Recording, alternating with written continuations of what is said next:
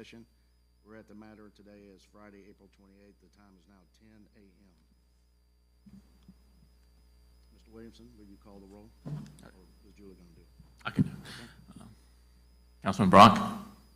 Here. Councilman Balkman? Right. Councilman McKenrick? Here. Councilman Griffin? Mayor Franklin? I'm here. Mr. Williamson, was notification and posting of today's meeting agenda completed in accordance with state law? Yes, Mr. Mayor. Okay. Councilman, before we use the agenda, you're looking for a motion to approve. Second. Probably motion seconded to approve today's agenda as presented. Any discussion? All in favor signify by saying aye. Aye. All opposed? The ayes have it. The agenda is approved. Join us, please, as Councilman Ballman leads us in the Pledge of Allegiance and the invocation.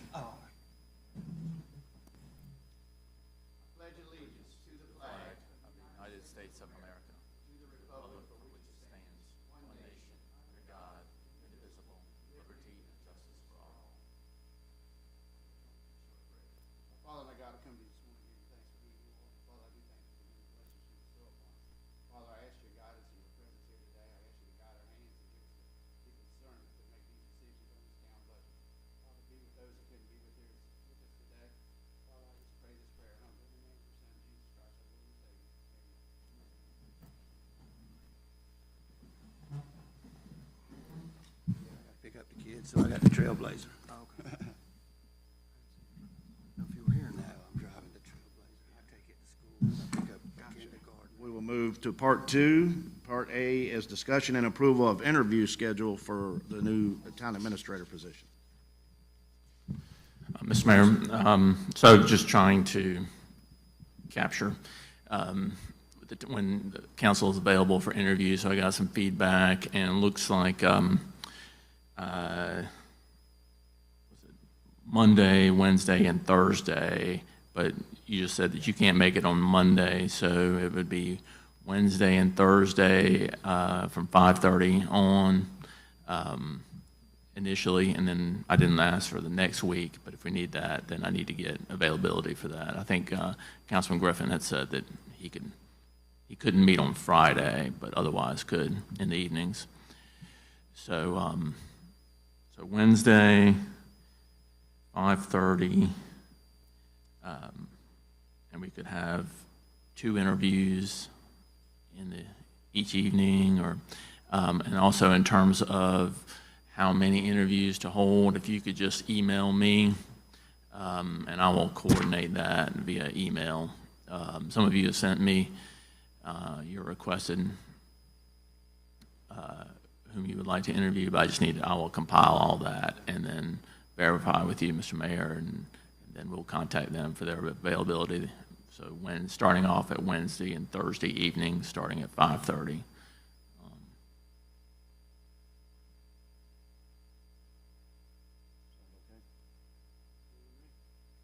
So if we narrow it to 4, we could interview 2 on Wednesday, 2 on Thursday. Correct.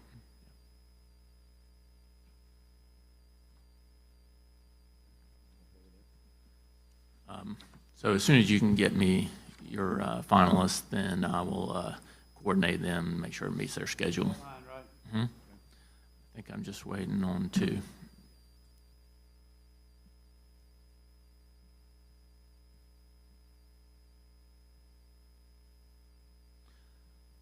I guess since it's an action item, do we have a motion to schedule interviews on Wednesday and Thursday evening? Second. There probably a motion seconded to schedule 4 interviews, 2 on Wednesday evening, 2 on Thursday evening. Location here, Mr. Williamson, in the room. Yes, Mr. Mayor. Any discussion? All in favor, signify by saying aye. Aye. All opposed? The ayes have it. Thank you. Part 3, discussion item today. The reason we're here is to discuss the proposed fiscal year 2024 budget. Mr. Williamson. Thank you, Mr. Mayor.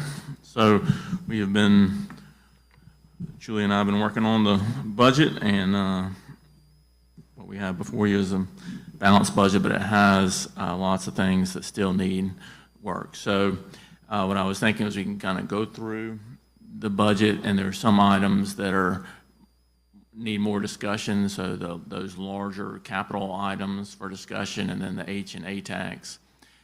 So if we could maybe go through the whole thing and then come back to those as far as the order of the meeting, and then we'll have lunch brought in at noon. We can kind of work through lunch.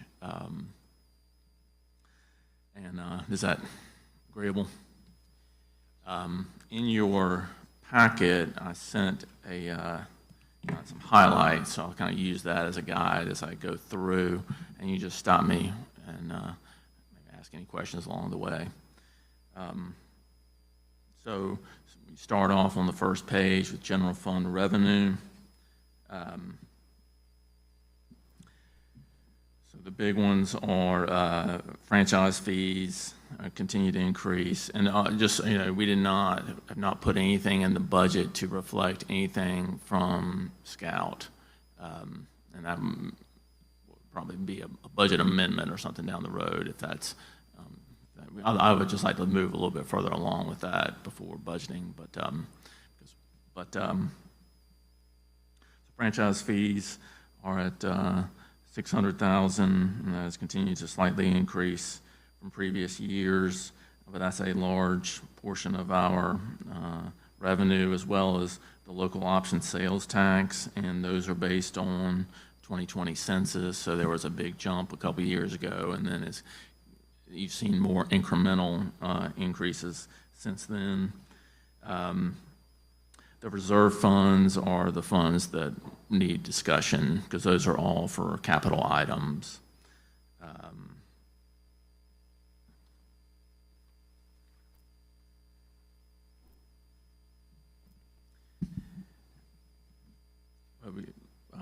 Then manor revenue is, you can see we're well over what we budgeted this current year.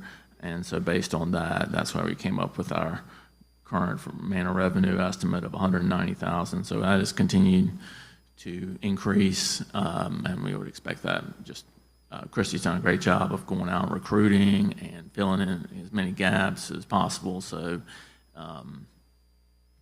it has much improved compared to previous years.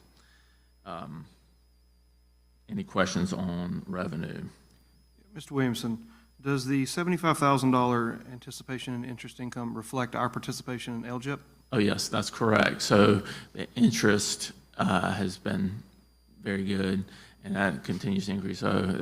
So we have continued to contribute to that as soon as it gets to be a large amount in our bank account, just sitting there with no interest. So I do have the fund balances for all the accounts that I'll pass out now, but a large portion is in that LGIP. So I think even this is March. I think we're at like 89 now, the last check. But anyway, that's a significant amount. Yes, sir. Absolutely. Mr. Mayor, if I may? Please. While Mr. Williamson is passing this out, I did want to take a minute and just recognize Ms. Coggins, you and your staff for what you've done here at the Manor. We set the bar, pretty high. We said we want more rentals. We want the Manor. I mean, we're sitting here today and it's set up for an event Thank you, sir. for this weekend, which is fantastic. So that particular line item, 10-7110-100, $174,520. As I look at this budget over the last 4 years, that's the highest facility rental we've had. So I don't want that to go understated or unnoticed. So thank you very much for the work you do on behalf of the town to get this ship moving in the right direction. Thank you so much. And that's with, I think December, January, and February was pretty vacant. Yeah. So working on that. So I would anticipate that to be probably under budgeted.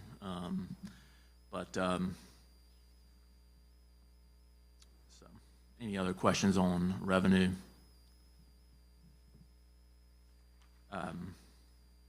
Going to general fund expenditures, page 2.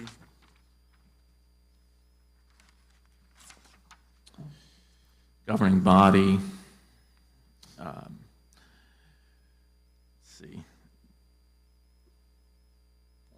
Some of the miscellaneous is for some improvements to the AV system, and we're working on a quote for that now, and if it exceeds that, we'll probably use it as a manor capital improvement versus an annual thing. We're just not sure how much.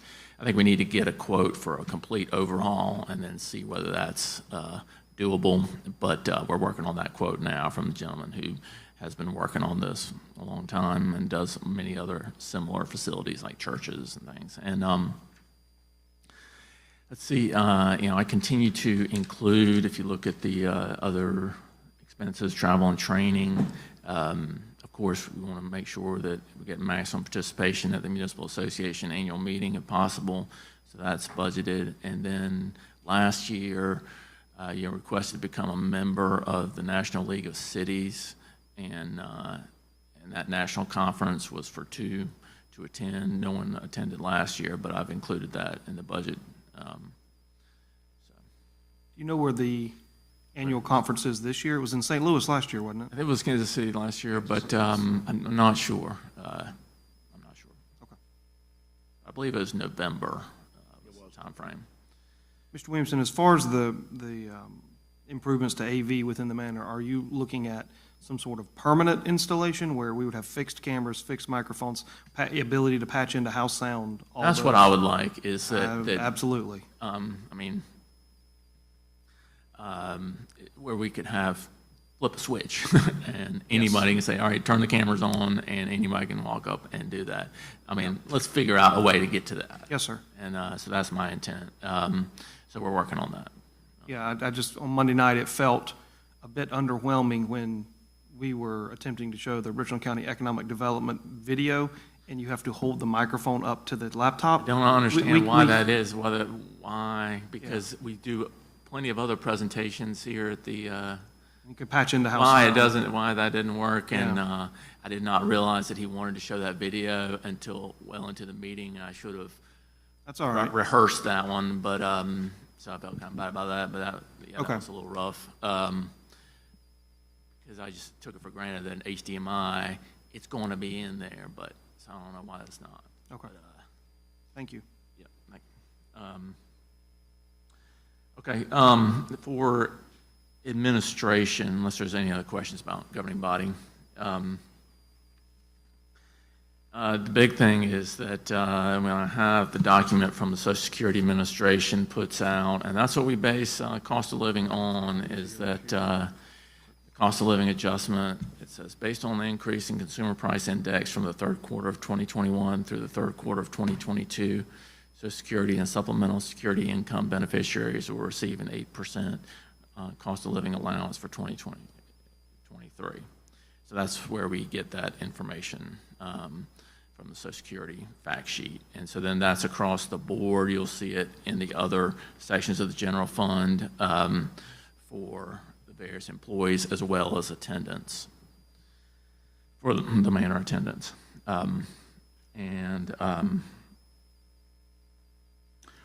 We added a salary for an additional employee. And before I get a little bit further on that, the retirement costs, this is, they're going to increase for the employer side, the costs are going to increase 1%. That's back several years ago. Governor Haley had gotten this fix in to get the retirement fund, and this is the last, I think this is the last increase to where they think it's actually balanced and operating. And so that's a 1% increase on retirement costs, and then the health insurance for the employer, for the town, is increased 3.7%, but there's no increase planned for employee premiums. So it's just on the employer side. Okay, so when we talk about adding an employee, the question of space comes up. So I have identified an office, right, adjacent to what we call the boneyard. The gentleman who owns that property has office space available, and so that would be a place where we could move Jason and Ronnie, who are in that back room in town hall, and they can move to this rental space temporarily as we kind of figure out a more long-term solution. But I have budgeted that. You'll see at the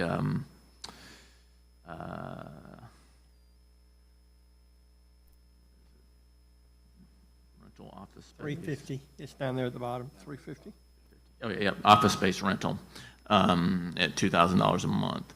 So he said he's ready.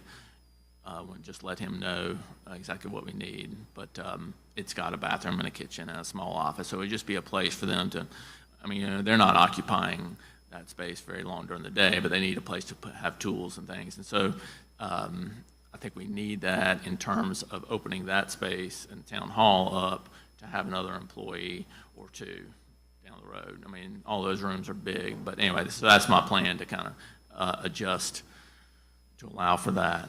Let's see, okay. Community events, I think we have put, you know, added a lot of things that to fall into this that we didn't previously, just because based on council's work on the hospitality tax policy and what was really allowable and not. So on the page 3, you will see kind of more of a breakdown of how we came up with that amount. Some things you'll recognize as what we've used before in community events. But, movies in the park will continue. Farmers market is really not a tourism event, shouldn't be coming out of H-Tax. It is a community event. I mean, Michaela says that is for the community.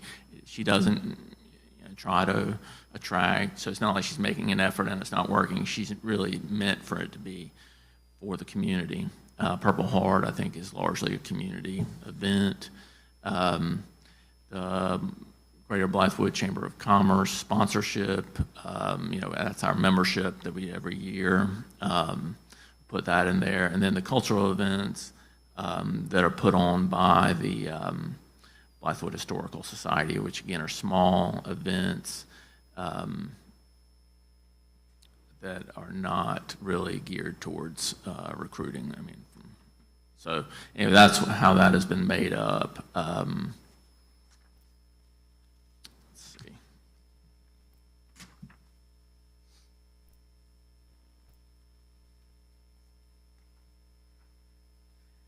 And then the other big expense there you see at the very bottom is the miscellaneous, where we pay for uniforms for staff as well as flowers every, when someone from the town dies, and we get flowers, comes out of that, and also the our Christmas and spring staff events so that's where all that comes from. So that's where we are for right now. I know that's probably part of the H&A tax discussion as we decide, where these funds are what, but that's what we came up with, so.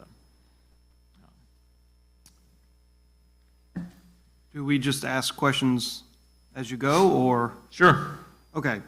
My first question is in relation to the 8.7% COLA adjustment, Yep. as you figured I would. All right, I understand the process in which you go through and you look at the CPI effective October of each calendar year. My question is, as we all know and we've discussed, this does create a long-term liability in perpetuity. What do you do when CPI drops? Because we can't cut salaries. Right. But when CPI comes in this October, 4 or 5%, down 4% from the prior year, I mean, we can't cut salaries. So how do we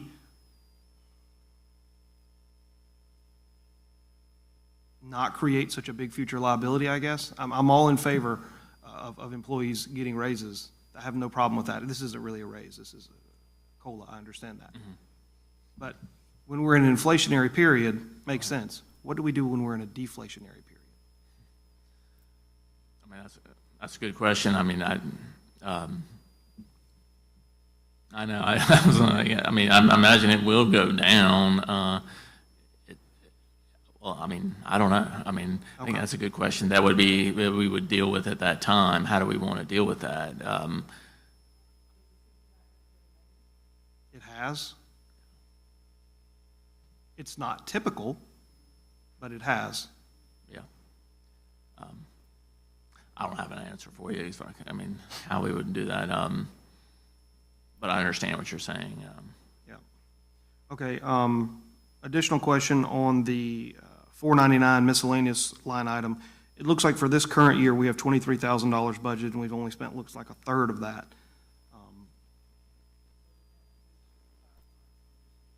Fair enough. I just thought, like, are we looking to buy uniforms every year, or is it like a 2-year replacement? It's kind of an ongoing thing, and we get a new employee, and Yep. they get added. So it's intended to not maximize, just to have some flexibility in there with some things that come up. And as far as the new employee is concerned, or two, the long-term solution to space is a new town hall. I think everybody's aware of that. That may not be in the cards today, but that is the solution. You've got a new, or you've got an admin on there. I don't know if that's the new employee or if there's somebody else you are anticipating. Okay. So you don't have a specific individual, a specific title or anything laid out? Not for the yet, employee? but Okay. yeah, it kind of fluctuates some, I think, between, it kind of depends, at last year, or this current year, the thought was when we had all these pending projects of the farmer's market and the gym and all these things that seemed like they were very imminent at the time. Yes, sir. My thought was, let's get a kind of a project manager to manage that. Since I'm not going to hire just to hire, and so it hasn't come to fruition, so we haven't done that. So, but I think that now we have Scout and an enormous amount of anticipated development, thinking about an assistant that would handle that. I think we do need an HR person as well.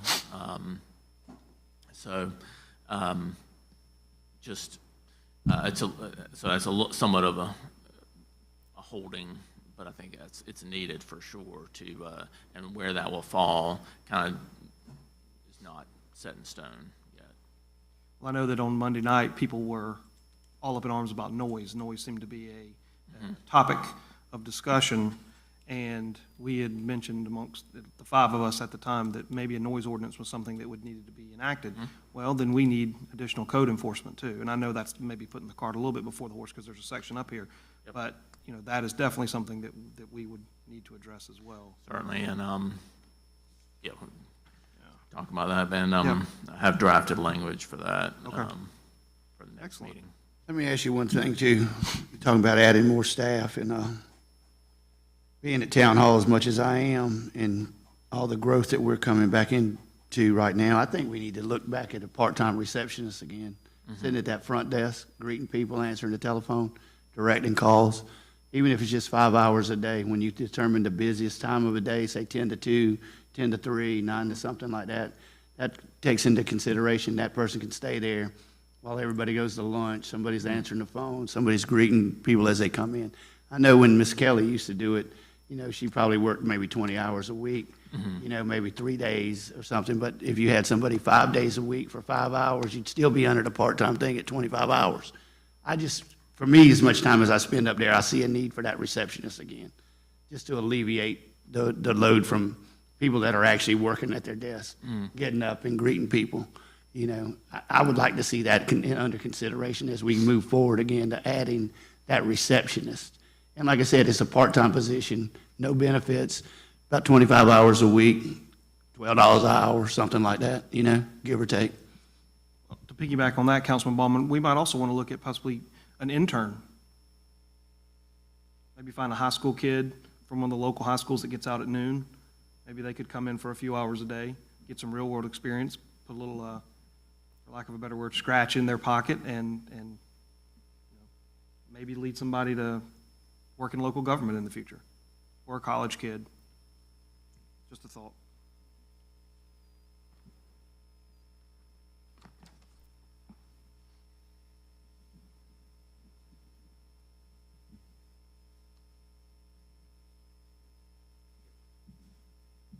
Okay.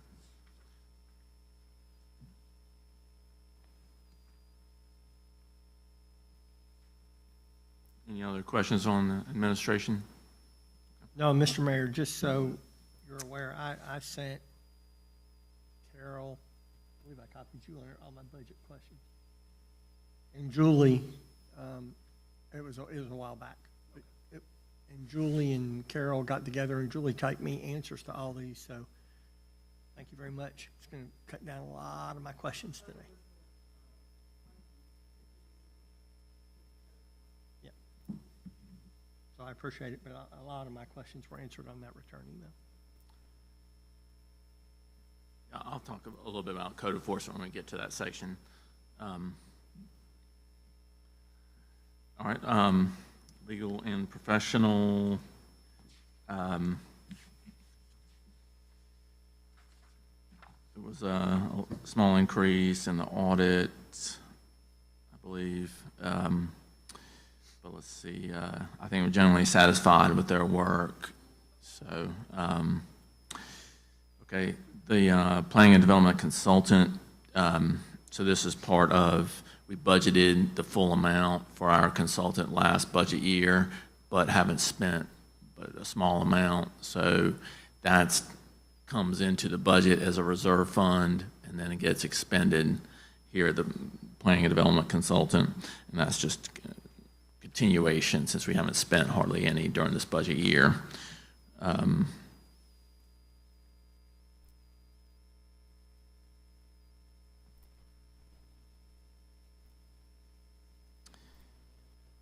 Let's see. We increased the IT support. Let me back up. Legal outside counsel, just because we anticipate continued increase in litigation as far as I can tell. So I just put the same amount as this current year. So I didn't put any real thought into that other than doesn't seem like an expense that's going away. So just put the same amount. The IT support, some of the consultants, Kendig Keys Collaborative, they had that when they put the presentation on, they had the software called Encode Plus, and that's kind of pretty much the basic of what they have their software, where it would be these kind of automatic updates to the code and things. I mean, they got a million bells and whistles that go with that, but until we get to where we're using it more, I didn't go for that. I mean, they've got all kinds of sophisticated software. When someone comes in to develop a property, they can, overlay the setbacks, but it's a little more sophisticated than we need. That's annual? That's an annual That's subscription? the 5,000 is an annual, yes, that is. But it won't start until they've completed the work for us. So it's budgeted for like February. Engineering, landscaping. So this is where we're looking at doing a master plan for the entire park to encompass the McLean's property. So just to look at this, everything that was laid out here originally really packed a lot into this acreage. Now we can spread out. Let's get consultants there so we can get, do we want to have, just completely different, take a different set of eyes at that. So that's what I anticipate. Does it incorporate the parcel across the street as well? Correct, yeah. Well, that is kind of already being planned, but it could.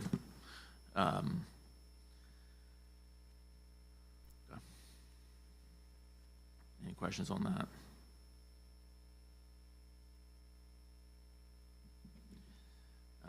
Let's see. Make sure I'm capturing everything.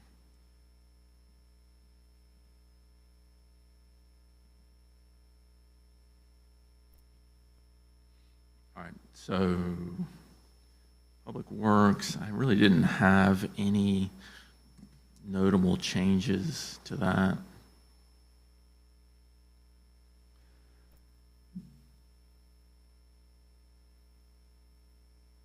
Unless you have any questions on that, we'll move on to inspections and code enforcement. Okay.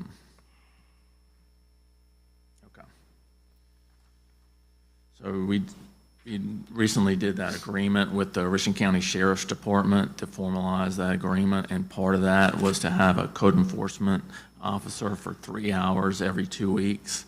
And we have just started that. In fact, he sent me an email last night that he would start that today.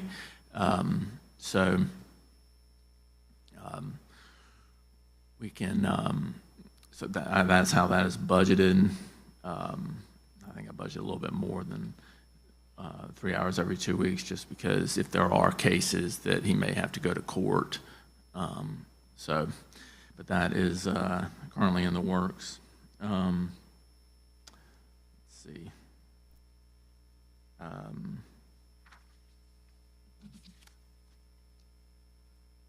And so Kirk's salary is in this, and he has continued to kind of do more as far as professional development. He's attending Community Development Association, and then he also is going to pursue getting a certified floodplain manager exam, which should be useful from a building inspection standpoint, just to be able to do that without having to ask our inspectors. But And that's good for someone on staff to have that certification. So, One of the questions brought up the other night in the meeting was, the site plan and everything over here for Scout, say everything gets approved, you know, once they get in, who does the CO on it? Would RCI handle all that? Because they would brought up that we don't have anybody do any inspections in town, but we do. right, yeah, We have okay. RCI we have a professional that does it, so they would be the ones that would look at it and give the CO on that. County guy wouldn't do it, our guy would do it, right? Yes, yeah, that's correct. So that agreement that we signed, had second reading, right, is all the building permits would go through the town. Right, well, Okay. that would seem to be one of the concerns the other night, is they didn't think we had the professional staff to handle that. All right, so I've- Which we do. Right, And so- it wasn't addressed from this body that we do have the professional staff to handle that. I mean, so, So a couple things on that. So Brian Blackwell is the head of RCI, very experienced building official, did the Chester, he does the building official work for Chester County, and so that the Gallo or that wine up there, and there's a tire company, I think, up there. So he's done these large industrial sites, so he's prepared for that. But the question that and he is working on this with me, is this agreement that we have with them was meant for residential, small commercial. Something at this magnitude, we're gonna have to have a separate agreement. He knows that, and so I have not gotten very far with that yet, but that'll be a much reduced percentage to reflect the magnitude. But,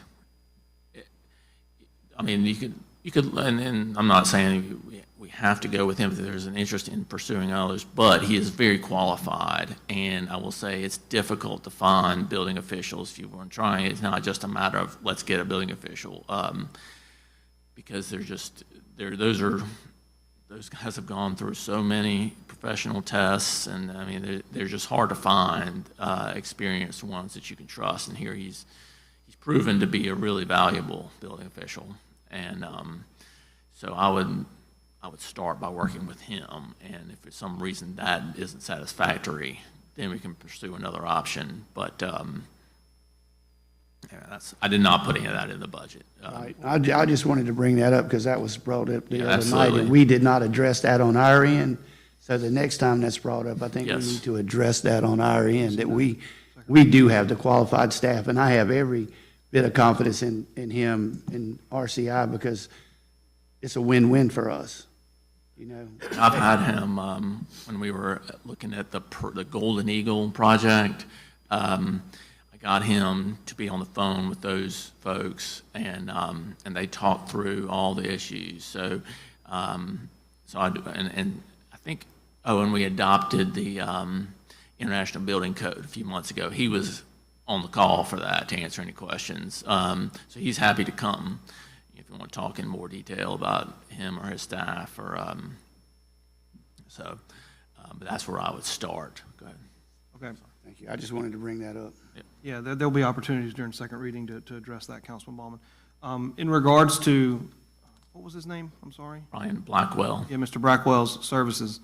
If Monday night taught us anything, we should at least, if nothing more, put out an RFP for this, just simply because we asked the Historical Society to put out an RFP for a $20,000 design for a monument. This exceeds $20,000, would you agree? Oh, certainly. Yeah, I So, mean, we have an if agreement with nothing- them. Yeah. No, if nothing more, since since you mentioned it's a separate agreement, I I think mean, that's what I would recommend because of, to remain I mean, he consistent. would say that is not a satisfactory agreement for this type of project. And I agree with him. Yeah.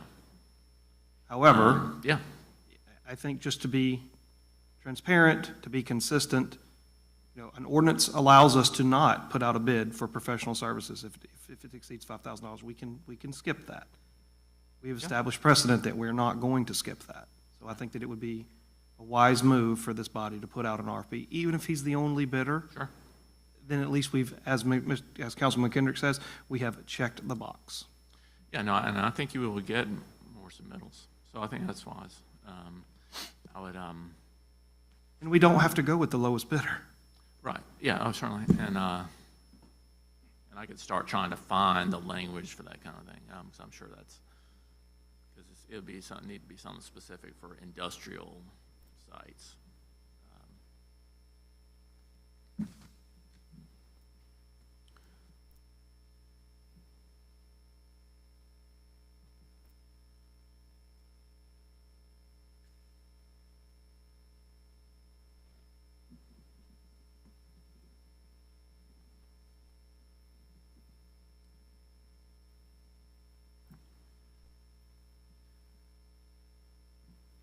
Any other questions on inspections and code enforcement? For Parks and Recreation, Park Security, we're continuing to use the Richland County Sheriff's Department for 3 hours per day. They'll send, we try to vary that up on when those 3 hours are throughout the day, but it coordinates, someone from the Sheriff's Department coordinates with Christie to set that monthly schedule. The park and playground improvements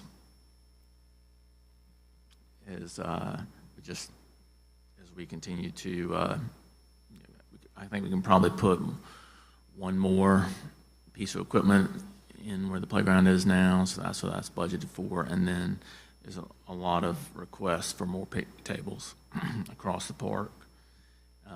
And so those need to be heavy duty, tables that will last. So that's all I have for park and playground improvements. Mr. Williamson, on park security line 445, you've got 50K in the notes and you've got 30K in the budget. Oh, okay, I'm sorry. Okay. Miss Emery, would you like to ask your question? Okay. I'm just curious which number is correct. Right. Let me check. Can I go on with the that. high to be on the conservative side? And I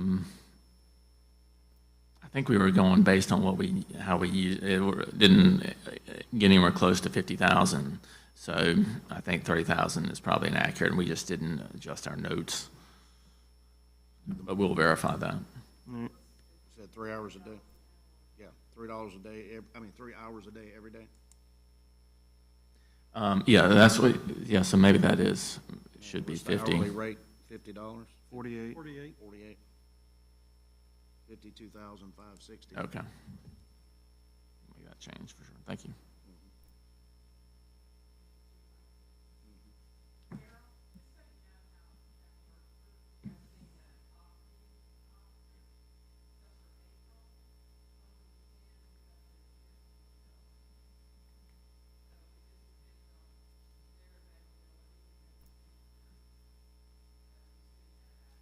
What does signal 30 mean?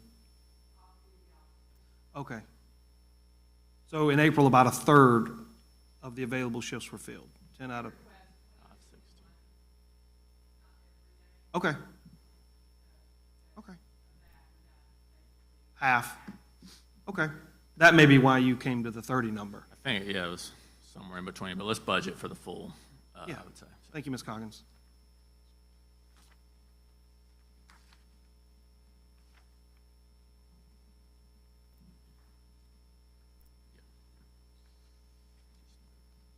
Okay. All right, this is where be a lot of the discussion. Outside agency requests.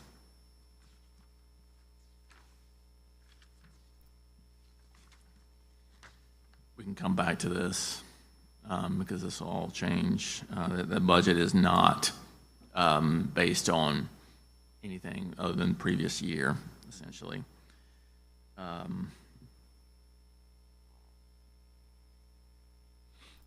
me look at manner and have specific highlights, but I know we've got some. I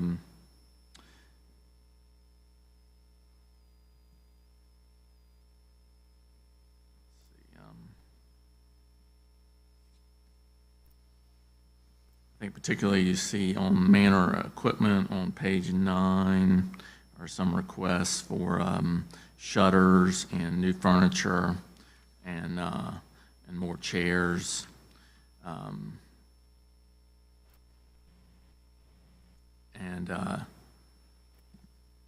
some repairs. So I think, and part of it was, we were asking for white chairs for outdoor, because we were anticipating the brown wooden chairs would be something that we could take over to the gym if that came about. So that's why we would have the, kind of replace those with white chairs here, which are more in demand for events. Is that correct? Let's see. And then the transfers kind of will come up, but changes to like the base payment for the Blythewood Facilities Corporation based on the new policy. The transfer to the Capital Improvement Fund is what we need to discuss. That's why it's so large. Let's see. And then the contingency, you'll see what it is now, but we made a couple of adjustments here this morning, so that will change. But that's where we stand now. I do want to touch on, I didn't touch on, I think, in the parks section, but so we got the $250,000 earmark, and so we've expended that. On that table you see just below the total general fund expenditures, that's actual of how we've used that money so far. So I think there will be, we'll find continued security improvements to make.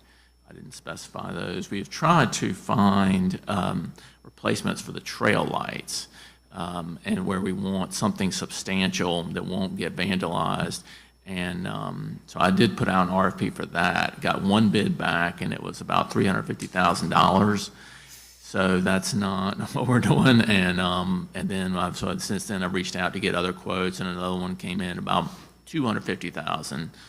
So I told Anya, that's a good opportunity for some kind of a grant, but if that's what it's going to be, then we're going to have to find some grant funding for that. And I think that, security improvement in a park would lend itself well to a grant, but I don't have any of that reflected in the budget, but that is a need, and I just need to get to the point where it's like cost effective. Are the lights still working on the trail? Some work and some don't. And From a security perspective, I would love one, thank you. From a security perspective, we are closing the park at sundown, correct? that's right. Approximately. Okay, so there shouldn't be anybody on the trails when it's dark and the lights would be on. I'm not saying we don't need lighting throughout the park, but 350 to 250, those are big numbers. Right. They don't And, justify the benefit because there may not be very many people around to benefit from said lights. Right. So And if we guess cameras might make more sense along the trail path, ones that didn't have night vision capabilities or whatever on my lane, but something that if some people were there, then at least we'd be able to see them if something did happen. Right. I think what you generally find is that people aren't comfortable walking on that trail. Fair enough. So, Thank you, sir. I don't know, we've got all the electrical, laid, I mean, I don't know.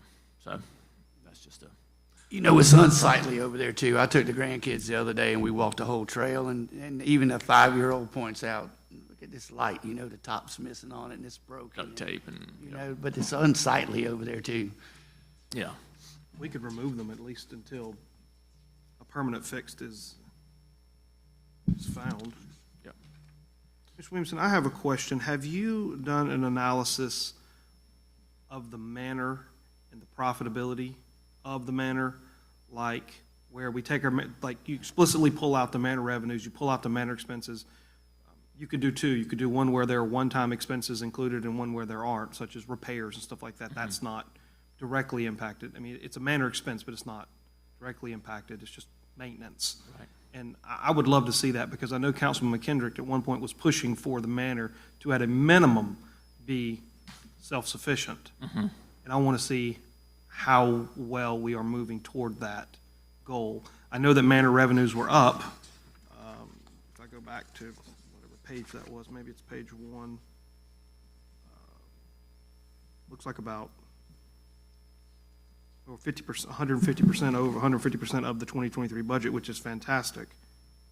Councilman Brock, I have an Excel spreadsheet that I can email you where Okay. I've done that. Okay, I'm trying to watch the ship right itself, okay, so I'll email it to you. You may want Perfect. to add or take from, but I've got it. that's great. It's not on this laptop. Well, it does appear that the ship is headed in the right It direction. absolutely is. Thank you, Councilman McHenry. Yeah, thank you too. Carol, just on this one question, because of the McLean property, and I know this is a battle that you're fighting already, but can we ask the gate company, because the next gate we're going to need to add is going to be on the McLean property, probably on the Sandfield Road side, adjacent to the gate that's already there. What is that going to take? What expense is that going to take? And that signal is closer than the McLean Road gate, so can we look at least have that conversation, so they're not, oh, well, we wish we would have known that. Yeah. So we can be prepared for that.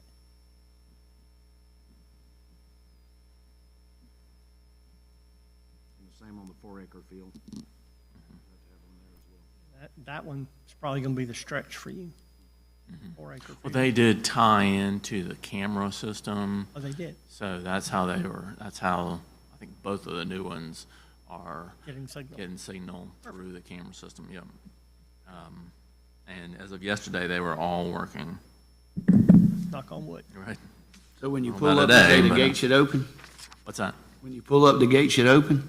No, because we don't, I mean, is that what we want? I mean, I guess that's the question. We have the capability to do that. Well, we really have them set on a timer where it would be open or closed, and it would open when you pull up to it as you're leaving.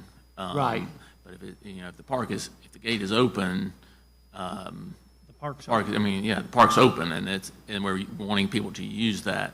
And that just the whole thinking I was going on was, we have the capability to do it if we need it, but that we were not going to just have them open. Oh, yeah. So if you were to pull up to the gate from the road, no, it would not open based on that, but it would if you were leaving and the gate was closed, it would open, and it's a sliding gate, that one. I noticed the other day during the farmer's market, and I went around and there was a car at the gate here.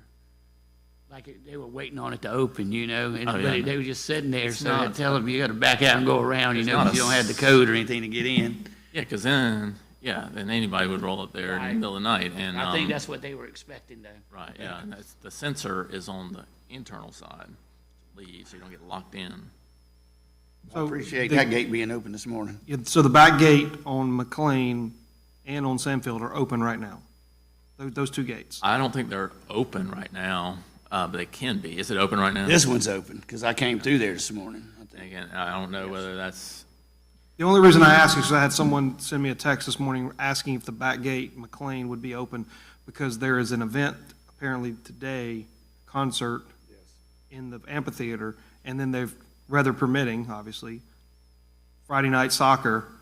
And so there's going to be a lot of activity in the park, and if we've only got one gate open at the front, that leads to a bottleneck. right. The gate So, was open this morning. I came through it. okay, I wasn't sure. Yeah, I came through this morning. I think what we're doing is just based upon request on specific event is how we would set the timer for that. All right, I would Yeah. respectfully request that all gates be open today. I thought that was the intent of the gates. We need to discuss that now. That every day, I know, I was you should kind be able to of, roll up to any of these gates and it'll open. But at night, at a certain time, at sunset or dusk, the gate will stop functioning.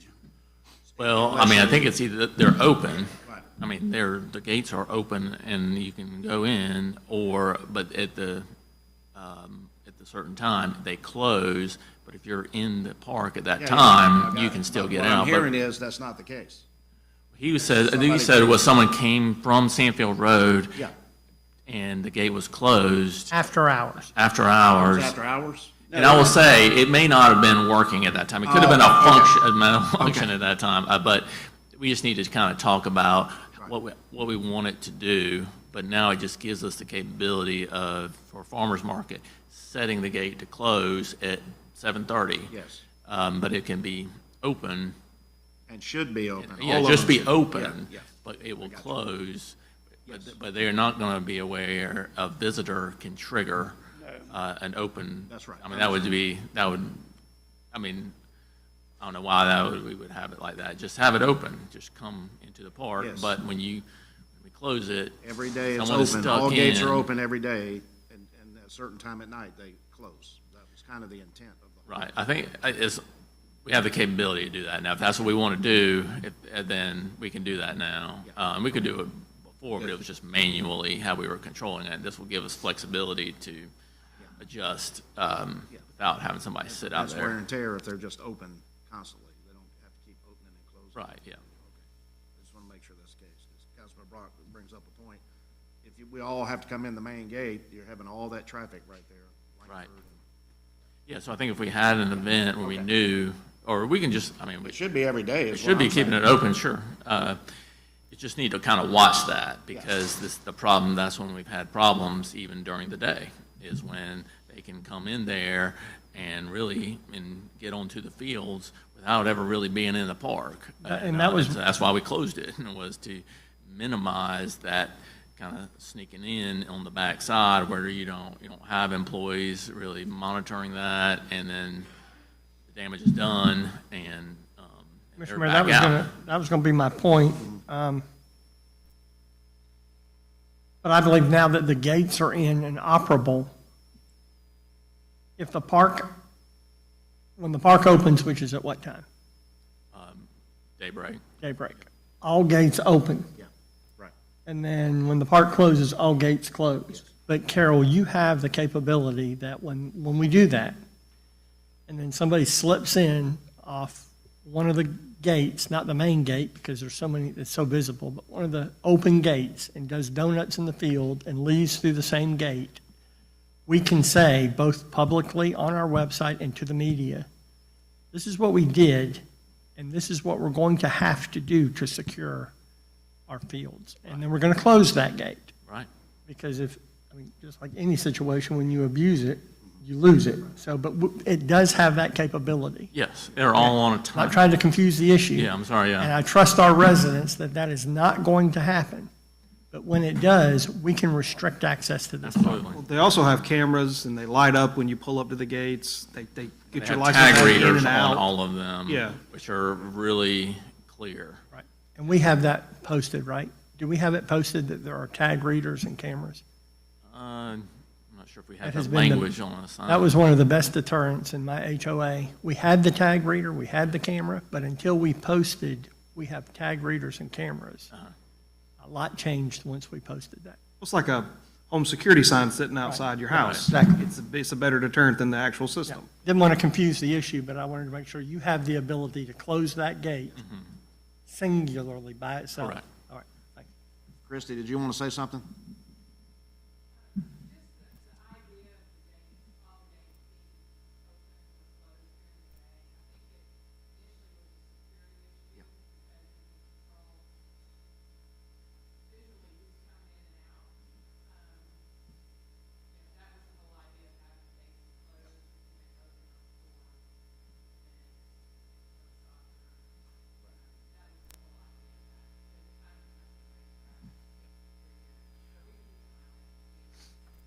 Well, I think that programming the gates to open at sun up and close at sundown is just too much. You could have a starting time if you wanted to open all the gates, say 7 o'clock or 7:30, or you could open the front at 6:30 and the two back at 7:30, work out some sort of schedule. I think that the idea was just to create more access points to the gate during our busiest times, Right. which we know is 4 PM to 6:30 or so. And it fluctuates. Yeah, So and if give we us have events. big events and you Yeah, need to big set up at events. 5 AM, I think that looking at the calendar of events and programming off of that might accomplish everybody's goals. Yeah, of and that's- restricting access to one point, because I like the idea of keeping everything, if you run everybody through the same point, then you can essentially check everybody. We'll do the same thing at my event. We have one access point. You can potentially catch. Yeah. Yep.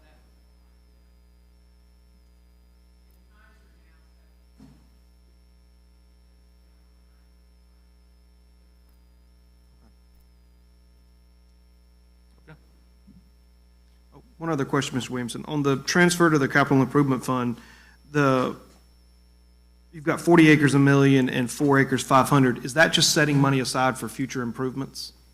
Or is it based on expenditures that you anticipate in the future fiscal year of 2024?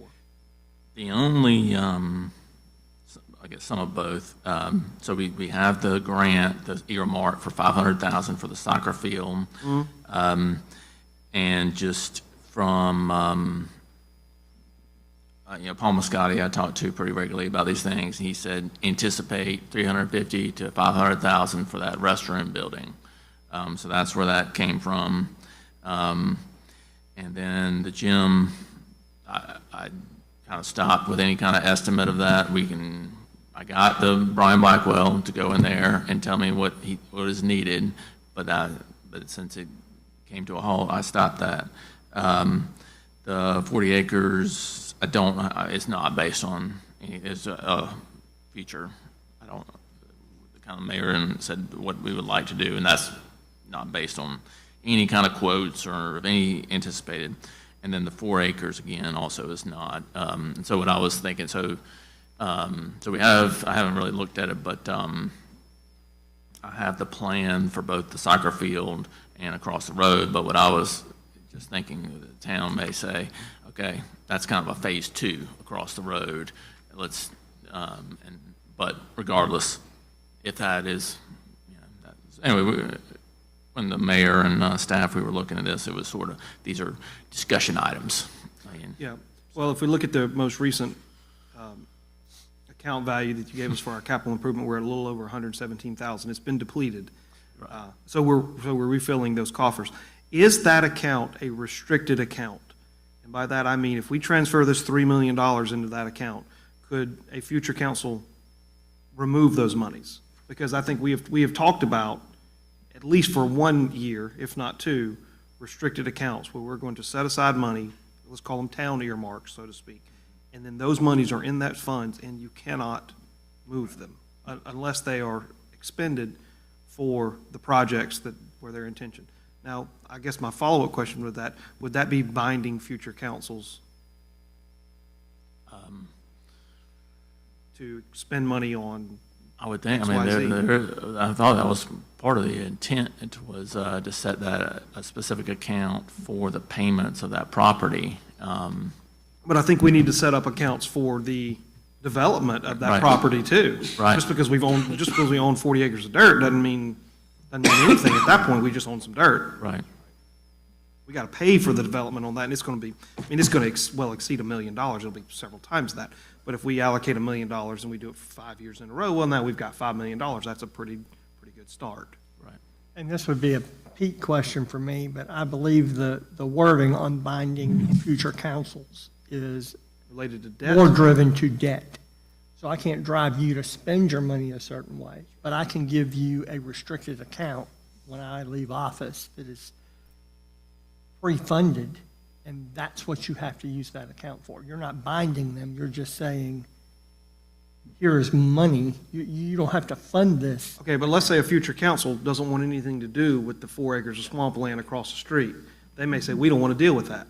And they want to go buy another parcel and invest in that. Would all those parcels would fall underneath It would. that same capital improvement fund? All right, then I'm satisfied. But is the capital improvement fund a restricted fund today? I have not seen specific wording on that, other than we've just labeled that a capital improvement fund. But, yeah, I think that's just, why would we, that is what the fund is for. But as far as, it would have to be a council approval to do something different from what is in the budget that the council approved. But if there's a, I guess I don't know of the way, the mechanism to restrict it, but maybe there is. Ordinance? Yeah, I think that's council action to treat it as a restricted account. Yeah, I can, I spoke to Pete about this. Okay. and, Councilman Kenrick hit it right on the head. You can't bind a future council. So if you have a restricted fund, my understanding, and we'll get him to clarify, and we say $1 million for this field across the street, and it's in a restricted fund. If you spend money on that field, it has to come from that account. But a future council can say, we're doing away with that. Unless you have contracts in place with a contractor who's already starting work. Obviously, then that becomes a legal issue. So I think that's, so even if we do restricted funds, that's fine, but a future council can say, all right, we're no longer gonna do this. We're gonna do something else with that money. They can do that. But if you spend it, it has to come from that specific account. I think that's what we're saying. And yes, to answer your question, I know we went long, Councilman Brock, on that answer, but all this is placeholders, account placeholders to start in the next year. We anticipated $1 million to get that field level, drainage, whatever we as a council decide to do with that property.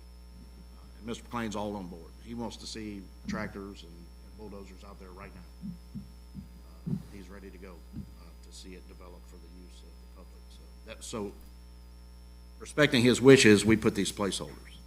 And then we called around about the restroom facility. They said between 350, 500,000. So we put a placeholder of 500,000. That number, that $1 million over here can go up or down, whatever y'all want to do, but that's a good start, I think. And you're exactly right. It's going to be a whole lot more money than that. Just, for example, the baseball field on Bombing Range Road was $5.9 million, and that was 15 years ago, 12 years ago. So just to give you an idea. But it starts the work. It breaks the ground, so to speak, on whatever we want to do over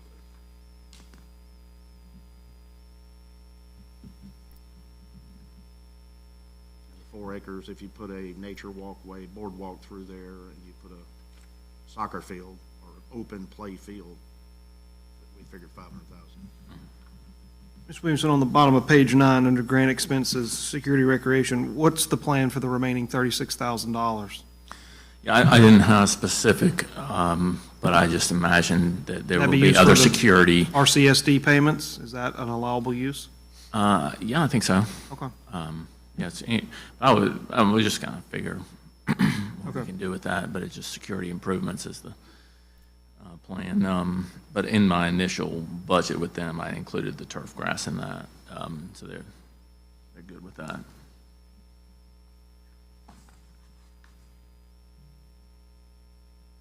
But these gates that we're talking about for Sandfield, that would be, we could use it for that. So, Carol, I just want to make sure we're clear here as we move through this budget. This $3 million we're looking at on transfer to capital improvements fund for the place markers the mayor spoke of on page 1, that is line 10-3910-50.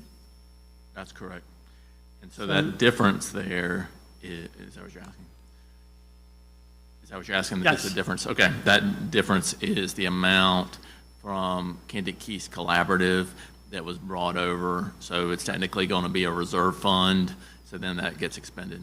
Go ahead. So really, back to page 9, the $3,033,000 we're looking at to fund placeholders is coming directly from the general fund unrestricted account. That's right. You're cutting our cash in half by funding that single line item, even though they're with placeholders.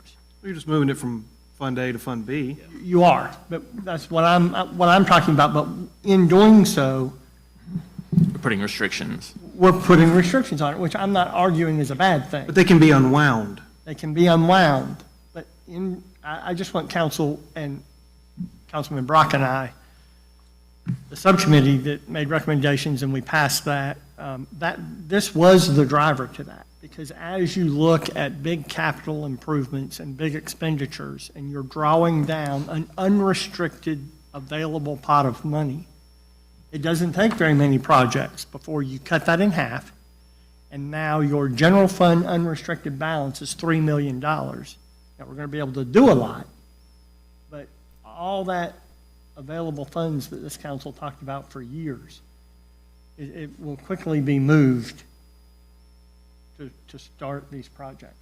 I guess is my point. You're right. It That's, takes half of that money. takes half of that money. Okay, thank you, Carol.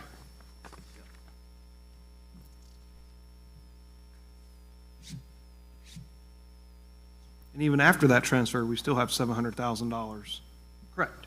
additional funds. Okay, so then we go to the capital improvement fund, and you'll see again, so the 33,000 is what we generally move from the general fund to the capital improvement fund for general improvements. And one of those improvements, I think we put on here, oh yeah. If you look at the bottom of the capital improvement fund, the expenditures, capital outlay improvements, you see what we've been talking about, but then the last item, and this is where the 33,000 kind of comes into play, is the, well, maybe, I'm not sure how we'll do that, but we need to paint the Hoffman House. It's badly in need of that, so, that Mr. might Williamson, be- can the capital improvement fund participate in the LGIP? Yeah, I think, I mean, that's, yeah, I don't think there's a The restriction. only reason on I that. ask is, we've got interest on here of $1,500 on a potentially $3 million balance. Yeah, yeah. And on the front, you got 75,000, so Yeah. that would seem like we're missing, if they're simply placeholders, Mhm. we're just sticking money in the bank for, as we like to say, rainy day, we may as well be getting paid for it. Sure.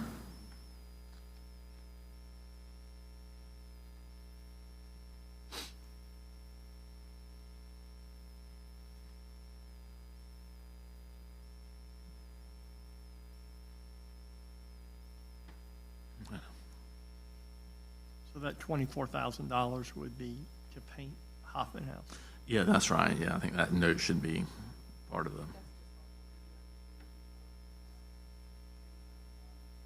Maintenance and repairs.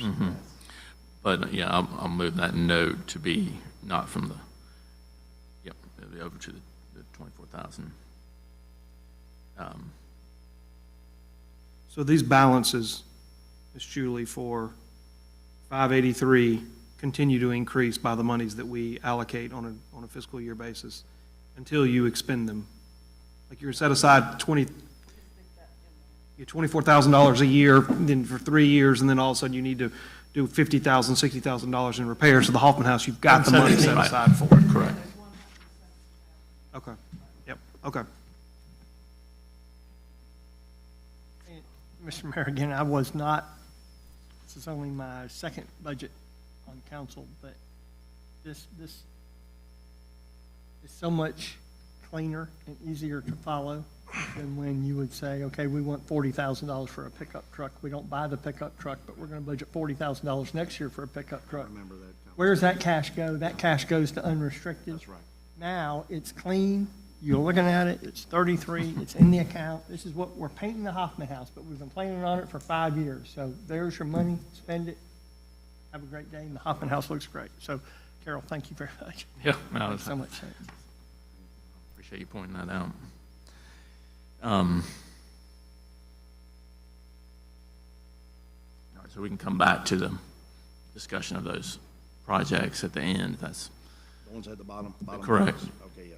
I was gonna ask you a question. I thought we'd just go through the other funds real quick and then come back to that, because all the funds will kind of fall into a little bit of that situation. So state accommodations tax, I think it's almost, they pay quarterly, probably under budgeted that, looking at it now, but nevertheless, I know but the plan, if, as according to the policy, is to take all the SAT funds and pay for, make it that part of the payment for the Blythewood Facilities Corporation. Plus, we have, in this particular year, we've had these reserve funds and just gotten that we spent some, but they're still, and those need to be expended. So put that towards that payment too and get that out of there. And so that's, we won't be paying as much in future years likely from the state accommodations tax, but in this year to get that cleaned up. And then the other one is so that's what they call the 65% part of the SAT, then the 30%. We've got a pretty satisfactory, I think, working relationship with Lake Murray Country and Experience Columbia. Kind of back, we got both of them working for us. I've got Experience Columbia. I asked Anya to arrange for them to come give a report for what they've done for us. So they kind of have a different market that they cater to. So we're kind of got a lot of coverage out there for the town's events, for advertising, and so I think we just continue to kind of split that amongst those two organizations, and then the visitors guide also comes out of that 30%. So you see all that. The Free Times, yes. So the Free Times produces that for the chamber, and largely so before it was largely paid for out of advertisement, but there was such demand that they just asked for 500 extra copies or something recently, so need to not think that it's just going to be paid for with advertisement now because of how many guides are requesting. So that's why we budgeted some in that. That is not set in stone. At the bottom, you see their proposed allocation. That's sort of just split in half and half. We probably won't necessarily do that based on what their proposals are, but somewhere, some sharing of expenditures between those two regional tourism organizations. I've got a question about that, if you don't mind. And Christy, you may be able to answer this. We're spending the $36,000 on two different entities for advertising. How much business have you gotten for the manor from Lake Murray or Experience Columbia? Do people actually tell you that that's where they saw it from? I mean, when I see the magazine, the last one, I mean, they promoted Bassmaster, they promote everything Lake Murray. I don't see a whole lot, really doing for Blythewood.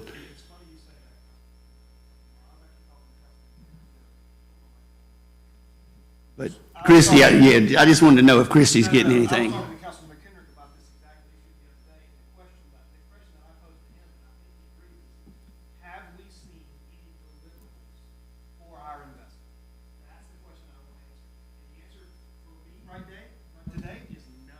We have not seen Well, and that's where I'm why, and you may not know the answer, but when I look at the magazine, I see the billboard out on 77 promoting Blythewood, but what is our bang for the buck? Are we getting a bang for the buck for $36,000? Indication of where it comes from. I know Wedding Wire and the Knot are a huge catalyst for our business. So you do see deliverables from those services? Yes, sir. That's my question. The money could be well spent better to help you out. I mean, when I look at the magazine, I see, and I thought it all along that, there at Lake Murray Country means Lake Murray. It doesn't mean Lake Wateree, doesn't mean Ridgeway, so I just wanted to know, for the money we spent, are we seeing the revenue here, people booking the manor because of what they see in Lake Murray magazine out of that $18,000? What I'll do from here on is ask where people heard about us, and I can kind of take a straw poll of that and see where that's coming from.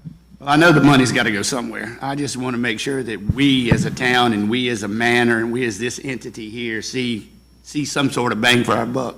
I guess, Yeah, they are not necessarily just doing it for the manor, they're promoting the golf courses in the area. Oh, I know, and that's one of the reasons I would like to know too, how Cobblestone benefits from it, Right, how yeah, Windermere benefits from it, how Columbia Country Club, and Columbia Country Club's private, so I don't know how they're benefiting from it, We'll ask Just them a to come- question. We'll ask them to come back. They've been here before and briefed and talked about the impact. Yeah. The problem that I think we find ourselves is we're slipping back into the same pattern, and we've come full circle.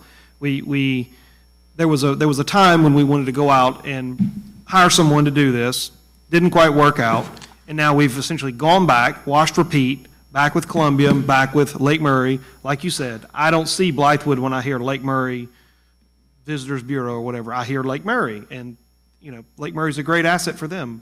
But the notion of when, I forget her name, she stood up and said there's 300 or 400 fishermen coming to Lake Murray to do this, and they're all going to come over to Blythewood. That doesn't compute in my small brain.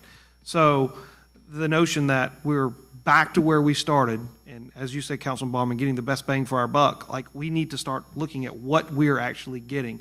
Are we getting people in our hotels? Are we getting people on our golf courses? Are we getting people in our restaurants, in our facility? And if the answer is no, we got to find a better way to do this. Yeah, and I think the other thing we could do is work with them to how can they do a better job using the money we're giving them? Are there ways to do it? Because, I mean, these are, talking about restricted funds, I mean, these are extremely restricted funds. So that's why I would just work on, rather than just severing the relationship because of your anecdotal observation. Right, exactly. I mean, let's work with them. I mean, they are in the business, so figure out a way to say that this is fine, but we need more presence that's directly, I mean, How do they we did capture it? Yeah, I I mean, mean, that's what that's- I would say is Well, that, and I agree with you on that. I just Yeah. want to see more than a screen telling me they got 2,700 hits on this page and 37 hits on this page, or 4,000 hits on this page. Saturday morning, you turn TV on. What's on TV? You flick it over, Bassmasters at Lake Murray, fishing on TV. They're showing it. I mean, so they're promoting their thing, you know. I just want us to be promoted too, with the same kind of zest that they put into Lake Murray. And I gotta- kind of lean on them to be able to show us deliverables, all we gotta not do. clicks on a website. Right. Show us how you're delivering to Blythewood. right. Well, okay, gentlemen, how many marquee events does this town have? 5, 6? Yeah. All right. 2 rodeos, Rib Fest, Oktoberfest, July 4th.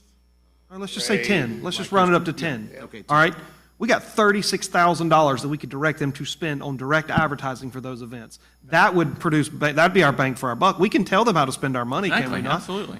You know, we can, Absolutely. you know, We can say, do this, and it all runs through them. yeah. And, I wish Anya was here right now. because Right. she And, is a and Ms. direct- Coggins could say, you know, I'm getting X number of bookings through this particular website or this particular magazine. We, Yes. you know, want you to invest 25% of these funds in those directives. Right. I think- That's, at least we have a measurable result that way.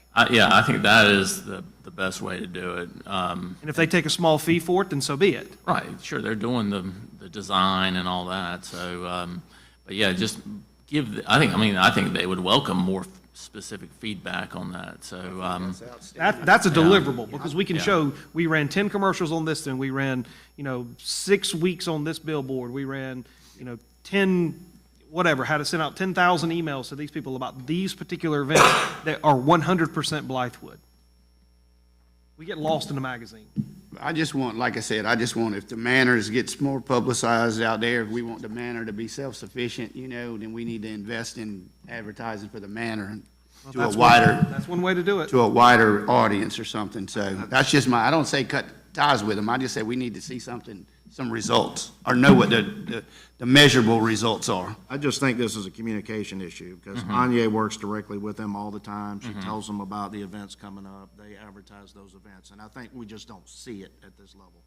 yeah, and So then if we get can- Anya to come present next meeting, and then we can go back with that. And then I think Councilman Bowman said he don't want to see just clicks on the board. That's what marketers do. Right, They get the information out and they monitor how it's, being received. And anecdotally, this is just one small, I think it was you. Somebody told me they ran into a family from New Jersey. Was that the Rib Fest? Was that you, Phil, or was that you? Somebody told me a story about they talked to somebody at one of the events we had, and they were from New Jersey. It's like, what brings you down here? Oh, we saw a billboard and we wanted to break because we're traveling to Florida, so we stopped in to see your Rib Fest, or whatever it was. And that's just one small example, but it made me say, wow, we're getting something for this advertising and marketing money, because somebody diverted their trip to come and see Blythewood. And maybe that's happening on a larger scale, but we've got to communicate that somehow to the folks who are concerned about it. But I think it's really happening. I think the rodeo was in the Lake Murray advertising, the marketing stuff that they put out. But Anya is the the expert here because she talks to them all the time, tells them what's going on, and they put that out in there, but we just don't see it. Right, I got you. Yeah. But we certainly can do that. Hey, we really want these 10 things. This is what you need to hammer along with the manor. Not complaining, just an observation. Yeah, let's, Yeah, no, let's, I mean, I just let them come again. Let's invite them, for the May meeting and let them come back and talk to us, and Anya can assist, just like she did before. Right. I think that's just a matter of communicating. But good point. Okay. Okay. The next is the local accommodations tax. Can we go back real quick? Yep. Just so that we're clear, based on your 2024 projections, you think the 158 is low? Okay. And as we know, the first 25K goes to the general fund, then the next 5K, the 5% goes to the general fund, and the 30% goes to restricted tourism-related activities. The 65% balance, plus whatever you have in the reserve fund, is going to go to the BFC. Correct. For our bond payment. So at the end of the fiscal year, the balance in SAT will be zero. For the 65%. Yeah, okay. Yep.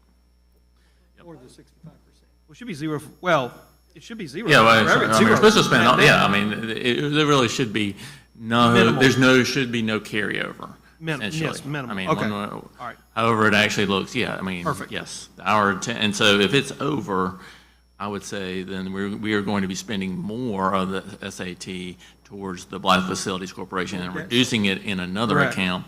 But this is always the first, whatever the 65% is, goes to the Blythe Facilities Corporation, and then the others benefit from not expending as much. Good, that's exactly the way we set it up. That's exactly right. So then there's never this carryover, because the SAT is different from the other two, in that they don't want any carryover. And so this is the best solution, get that out of there. And then it kind of takes the burden off of a board that is really not high functioning, and there's a lot of, it's just a hard board to manage, that committee. So, local accommodations tax, I think that's a pretty accurate estimate of revenue. And then make another payment for the Blythewood Facilities Corporation out of this account. And then so then the big expenditure of tourism related is the Christmas decorations, which you've continued to add things for. You have a breakdown of what comprises that 65, I think 10K is storage, Yep. and 55 is, I know we're adding to.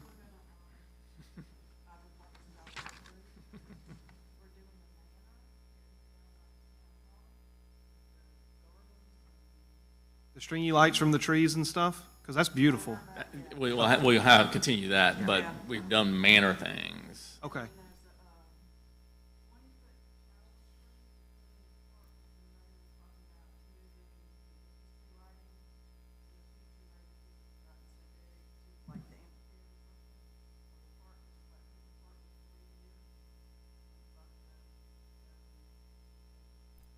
So Bambi and family. There you go.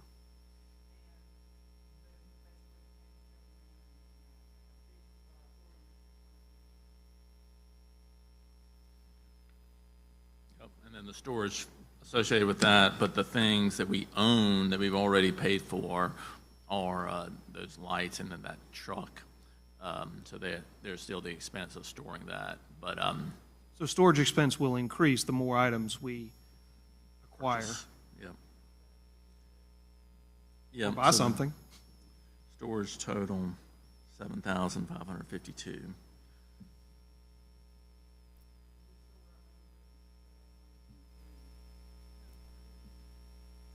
Not anymore, no. We did, and they were kind of falling apart. And now we've kind of took up a lot of our storage with the tractor. But, so.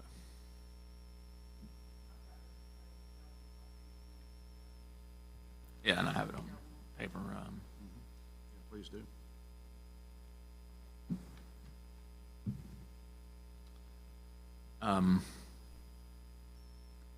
So then there's some remainder there.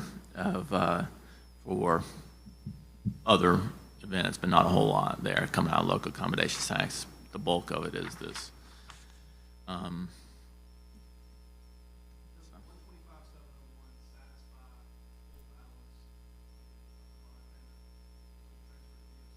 After the payment from the general fund and the SAT, correct? Yeah, we did a breakdown of that. I think that number is the 125. Yep.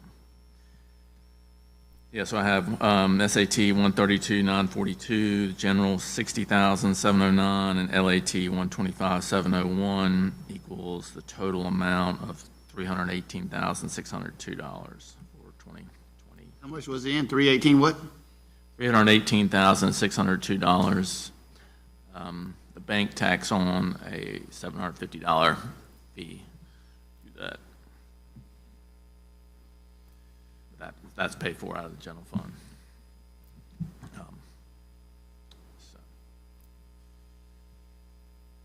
Okay.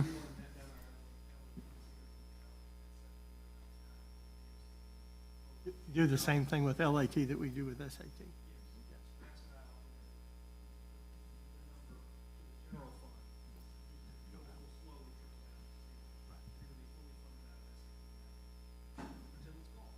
Mm-hmm.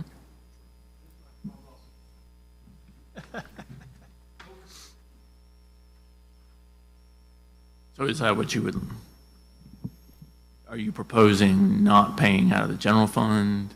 Eventually. To make it Eventually, but not this budget year. Okay, I got you, okay. steadily decrease it until it's no longer coming out. Yeah, the idea was to pay all dollars out of the SAT, then take the remaining funds from the LAT, and then fill the difference with general fund in anticipation of the next, I don't know, let's just say 3 to 5 years, you whittle yourself off of the general fund, and you're just paying strictly with SAT and LAT, and maybe one day you're paying this whole thing with SAT, I don't know. Or eventually it's paid off, and then we're much better off. All right. H-tax revenue continues to increase. All right, so we took out cultural events from H-tax, and that's where we put in the community events. Same with farmers market, so that's why you see blanks there. But we did continue to include Christmas tree lighting, the 4th of July is the RRWB, and then the Big Grab, I think, is a tourism event, and that expenditure. It's a good one. Yep, so those are all worthwhile hospitality tax expenses. Okay, so in the policy, it said, well, first off, all right, so the payment, separate payment to the Blythewood Facilities Corporation for the annual payment to the McLean property is that $257,393. That's not the payment, that's the earmark for the next year's For the next payment. years, yep. Yes. So we're paying 2 years in a Well, couple weeks. The first year, we'll probably have to allocate two years. We're doing that like And then, in- yeah, and then annually you'll Yes, allocate another for 257. the following year, yeah, but Until that it's is, paid off. that's coming out of the H-tax there. Correct. Okay, so that's what Well, that is. hold on. Didn't you make, One of those. correct me if I'm wrong, you mentioned something about paying, maybe it was the down payment, half in general fund dollars and half in hospitality. Because ultimately, we may not want that entire 37 acres to be devoted to just recreation. We may want to, at some point, develop a portion of that property so that it actually is an income-producing asset.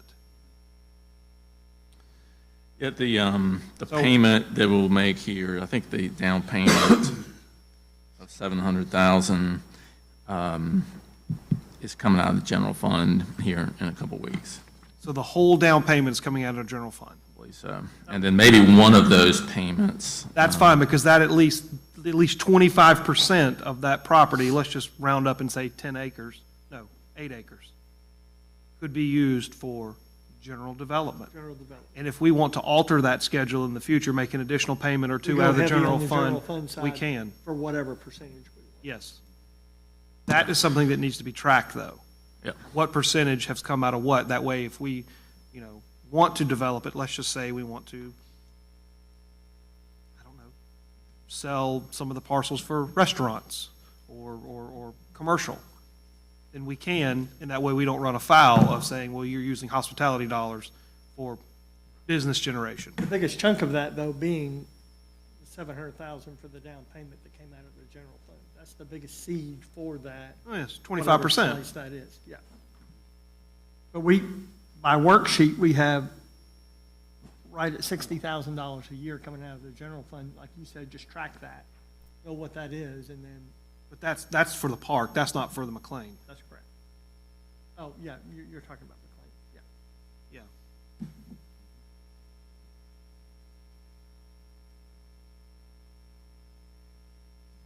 It's operating the way it should right now. Absolutely.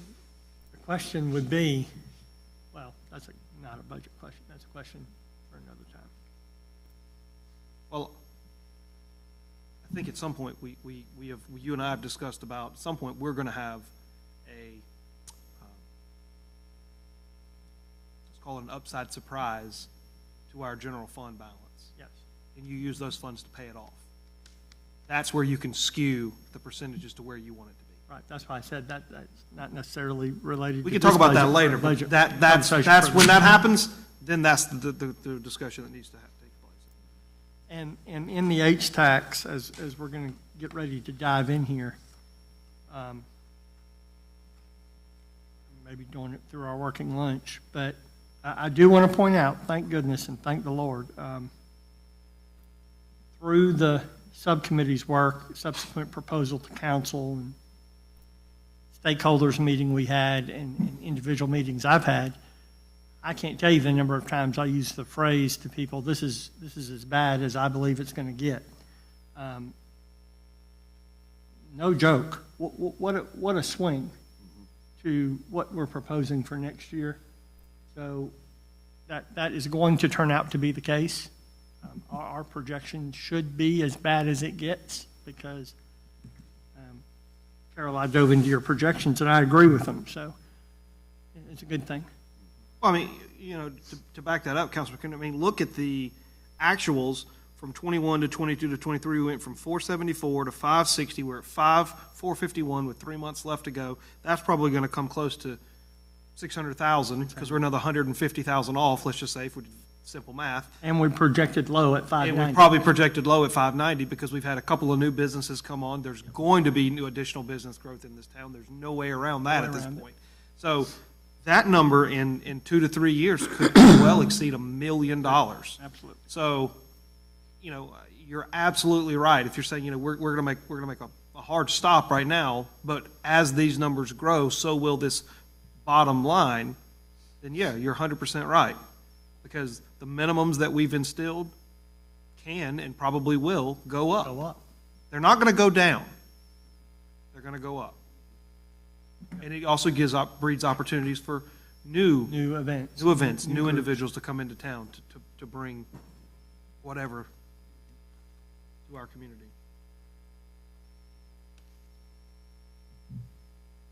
On Christmas by Design,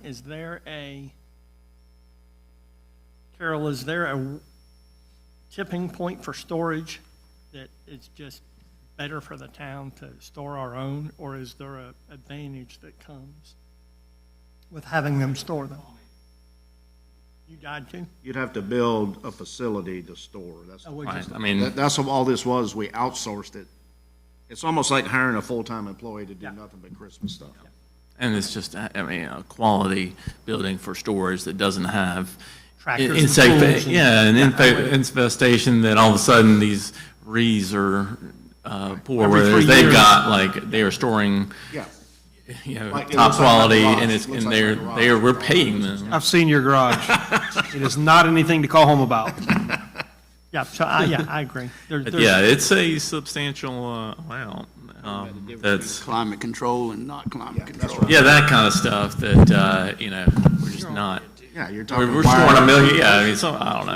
I mean, there's an element of ease in just knowing that It's gonna these are show up. quality, what they look like when they went in is how they're gonna come out. And there's not some like, oh, yeah, you know, this, you know, they're all torn up and, because we didn't, we weren't monitoring it and it just. Got it. But yeah. Thank you. All right, so in the policy was, up to 50% shall go to capital expenses from the hospitality tax. So that's why I just, you know, I knew that.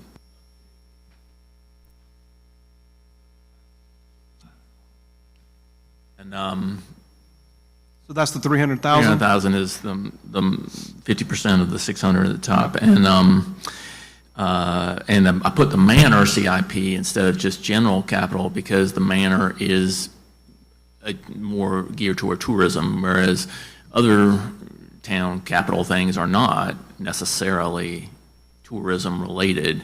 So in terms of falling into expending H-tax funds for capital things, the manor kind of fits that category. So that's that. But without, but also knowing that that is going to change on our discussions. But that's the thinking behind that number and that specific transfer. So that is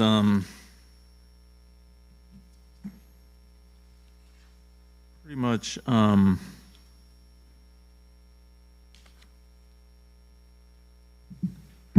to think the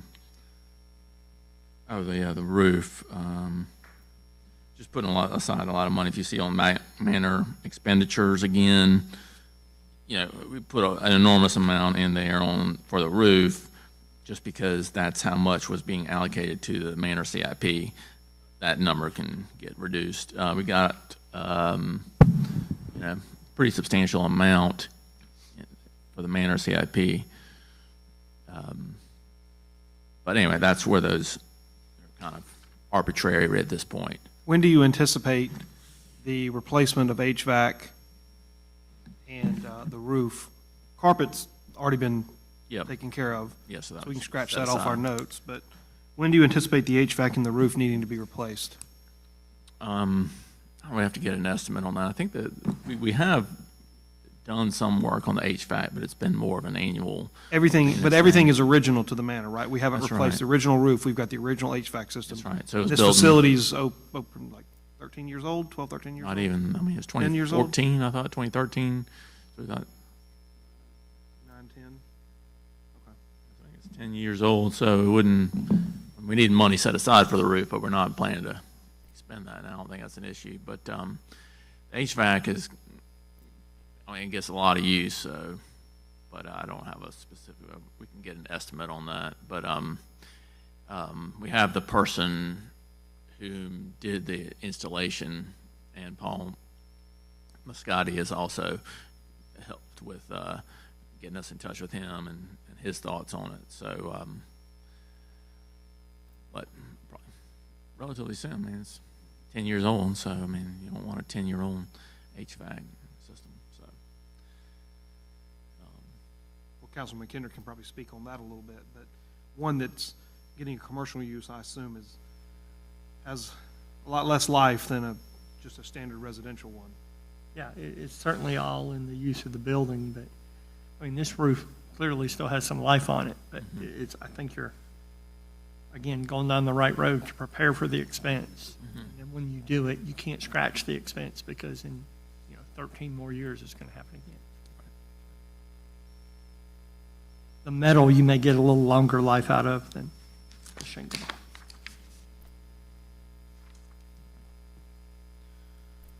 okay, so that is kind of going through the basics there. And so, do y'all have any questions about what we've gone over so far?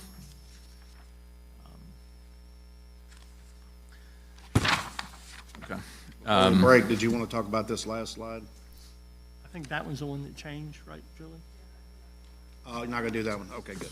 All right, well, great. Yeah, that's the summary is, yeah, please, don't, we have not updated that to reflect, the new budget year, so we will not include that on the next version. Mr. Mayor, I got a message from Councilman Griffin. He is en route, so before we get into some of the meat of the discussion, I would request a 15-minute break. I think it's now time to recess for, Yep. and come back when he comes back. Okay. Then, yep. Make a motion to, I guess, is it adjourn No, don't adjourn. or Recess? recess? Make a motion for a recess. It's been probably motioned and seconded to recess, grab a lunch, and come back. Any discussion? All in favor, signify by saying aye. Aye. All opposed? Guys have it. We'll just grab it and come on back in if y'all want to do that.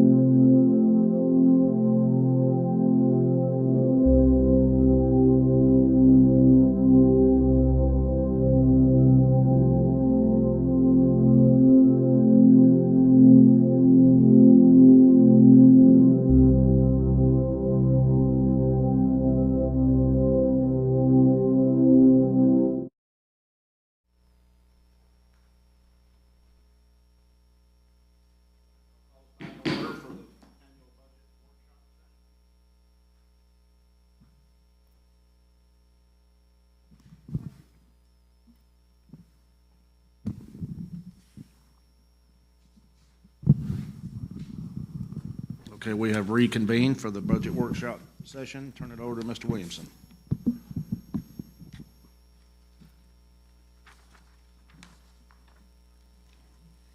Would y'all have a preference for what you'd talk about first, whether it be the capital items or the H-tax and sponsorships question? Let's do the capital items. Why not? So it really gets down to that $3 million that was budgeted, and the list that's, I think, on the capital improvement page, exactly what those are as a, This page, what was that, 10?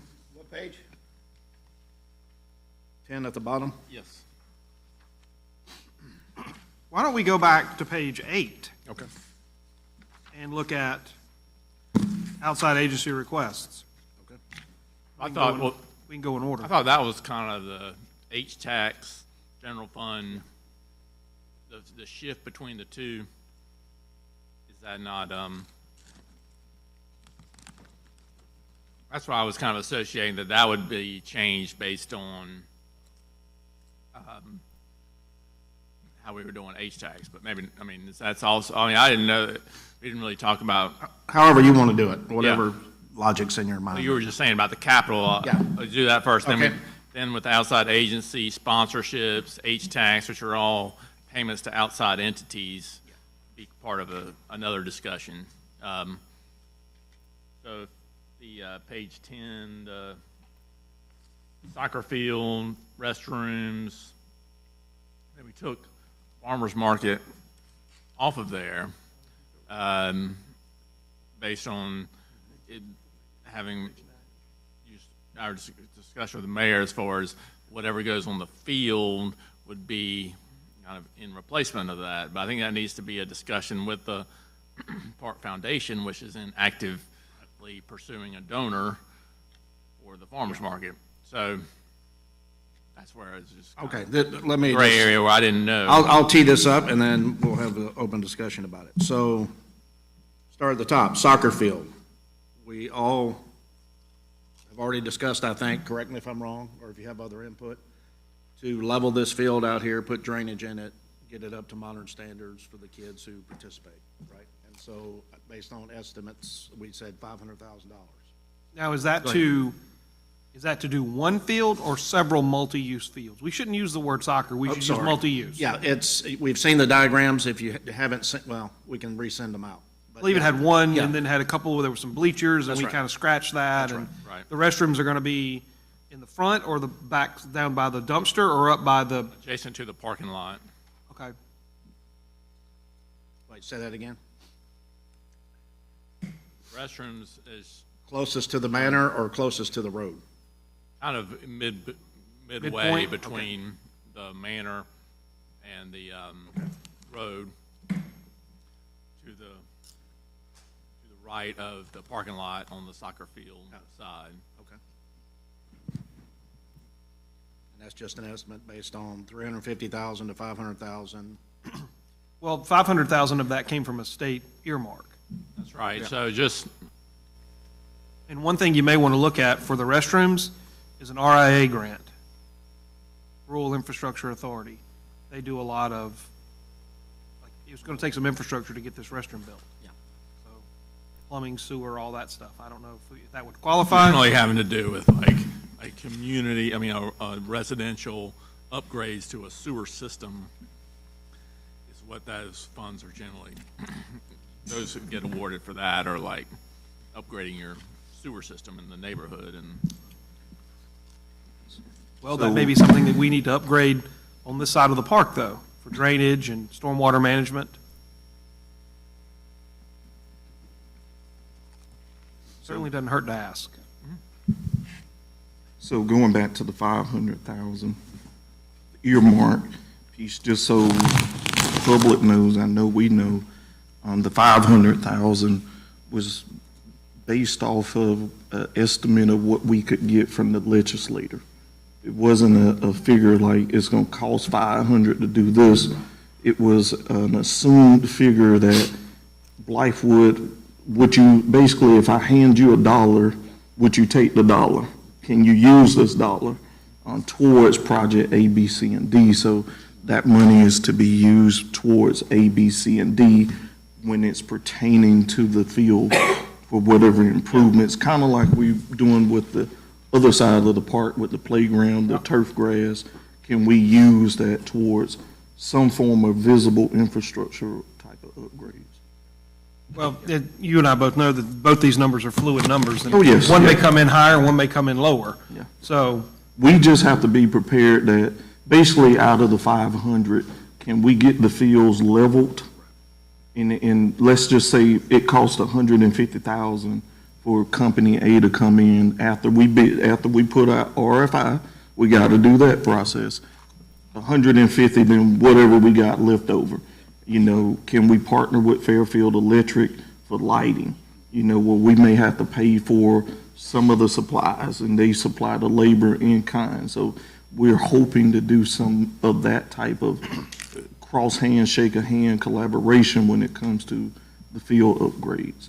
This is, I'm guessing too, because now that we inquired the additional property, we could use some of that 500,000 for the 5 acres across the street there. So we're not tied into these fields when it comes to that. But whatever we do, we want to make sure that it's something that's tangible that citizens of Blythewood can benefit from. Absolutely. well, yeah, I mean, it's certainly fair that multi-use fields and restrooms on this side of the park would benefit anybody who's here. So, Yeah.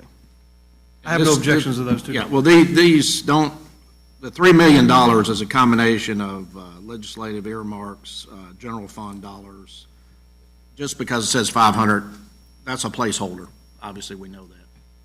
I believe our RFQs are out for the engineering firm, for the fields, both sides. Right, so what we got, because Land Plan Group has done all the engineering for the entire park, they are doing the engineering, or they've given me a layout. I haven't really had a chance to look at it. They gave it to me, handed it to me on Monday night, but then he will put out the bids for the construction, once the design is agreed upon, and, but, so, that's where we are now. He handed it to me Monday night. I just have not had a chance to look at it in preparation for today, and, but that's where we are. So soccer field, field restrooms. And then the farmer's market, previously we had 700,000 for this L-shaped farmer's market pavilion. But then after further discussion, and Paul was part of that discussion, if we're gonna build a new administrative building here in the next, your guess as good as mine, 3 to 5 years, because we're having to rent a space, by the way, Councilman Griffin, over here, $2,000 a month, because we're running out of space, and if we're hiring a new employee, they don't have an office in the building. So obviously, future councils are gonna have to debate, and where would be the best place to put it? And that field right beside, the farmer's market field right beside Hoffman House is a recommended place, not decided, we have to decide that, but. So if you build this farmer's market pavilion for 700,000, you take away that space, and now you have to go across the road and take up that space if you're gonna move to the McLean field, and there's a distance gap between the offices, so it's in limbo. So what are we gonna do with that $700,000? And that's why he put it in the notes section, took it out of the amount. Well, it would just remain in the general fund. Yeah, right, and no, right, exactly, that's where it is now, but just to let you know that. Well, I mean, but if we're spending it, what it was in the general fund for these other things, then we don't have that money necessarily. So the $700,000 is being reappropriated to one of these other I mean, placeholders? it was not, I mean, it was in the budget for this current Yeah, budget. yeah, yeah, I year. know it was appropriated, and if we don't, if it's not used, it just goes back into the till. Yeah, it's actually, yeah, and just whatever it is, just need to keep the foundation abreast of decisions on that, so they know how to move forward as well. If memory serves me correctly, and Councilman Kendrick can also answer this, those was matching funds. They were. So they had to raise half of the money of the projected expenditure for that before we would even cut them, before they'd even get a dollar. That's right. Right, but So- they may be operating off that understanding, doing their fundraising, knowing that, okay, we've got to get hit this more. Well, I'm in favor of leaving it out of this year's budget, and if they hit their mark, then we can revisit it. I agree. With, worst case, you do a budget amendment. It sounds like to me that is, we're almost in a situation where if we're paying rent on a space, $2,000 a month, and I'm just, based off what you just said, Mr. Mayor, $2,000 a month, we really need to be putting plans forward to do what you just said and think about, maybe some type of design. I know you mentioned one time another depot type of building set up for annex office space to town hall. So we probably need to start looking at some of that and knowing the figures so that whatever future councils, can kind of guide themselves accordingly.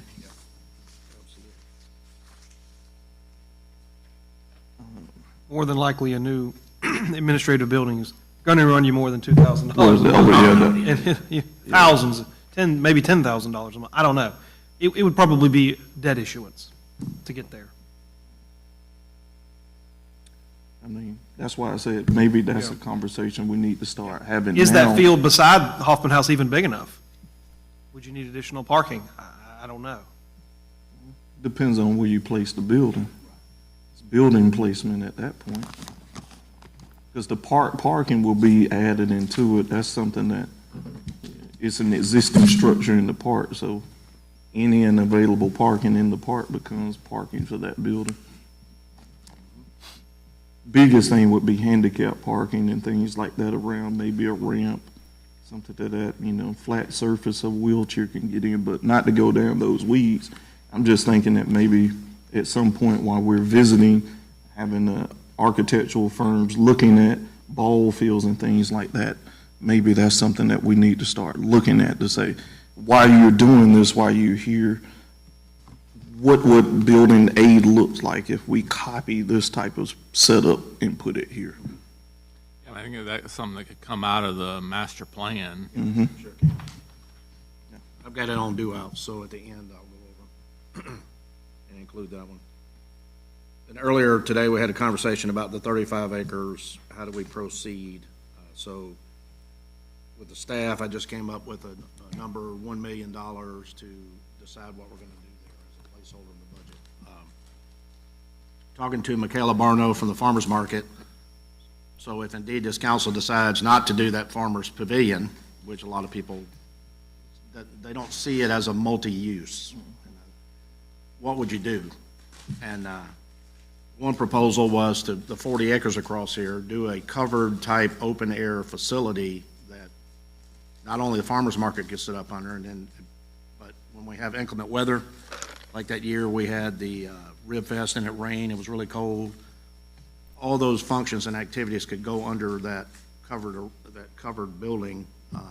It would measure something like 230 feet by 330 feet. It'd be multi-purpose use. People You want to build an outdoor arena? an outdoor arena for concerts, for gatherings, for inclement weather. If we know something's coming and we have our, any event that we do, and the inclement weather's coming, instead of cancel the thing or have people come out in bad weather, you relocate across the street. Still park over here, and we'll have parking over there around the exterior once that plan comes in place. But just an idea, along with leveling some fields so our citizens can continue. And then another proposal from a citizen was extend our walking trail all the way around that piece of property.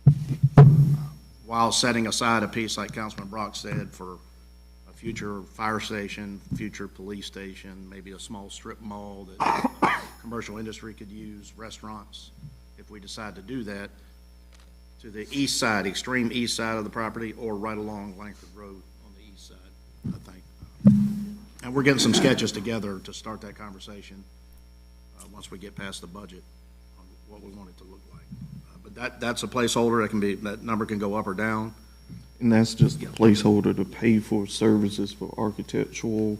No, this is actual, once we, part of this money would go to what do you call them, engineering firm to draw it out for us, and when we all agree, start the work, but limit yourself to up to $1 million. It's basically savings, Yeah. putting money in a fund so that you can use those funds for future development. I look at this as that'd be a recurring allocation on an annual basis. That's what I was Million getting year to. one, million year two, million year three, then maybe you start development in year four, and all of a sudden you need $2.5 million to start, then you continue to fund it until everything's paid for. Phase by phase by phase. But the soccer fields, the field restrooms, and the 4 acres, those may be at least 2 of them are probably one-time fundings. Yeah, that's right. And then the 4 acres across the street might be a 2-year funding process, and then those come off.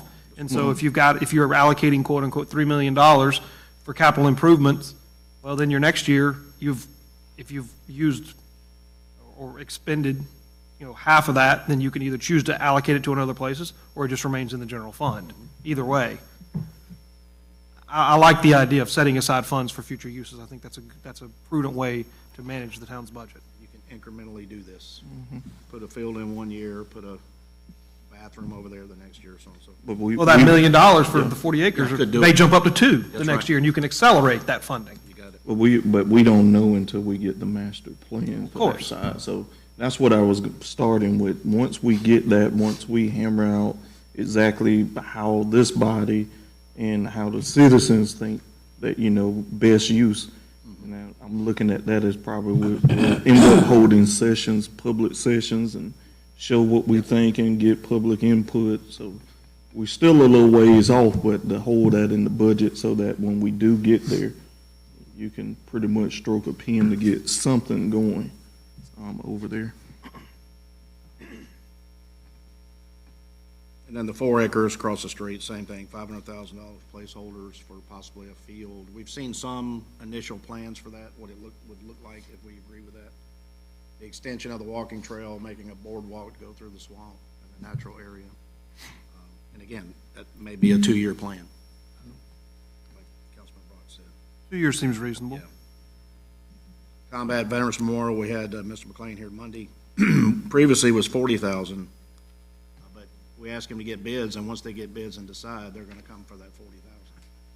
Right, so We're that's gonna this have to current. put that, So we weren't, we just put that because in case there was some interest in this in FY '24.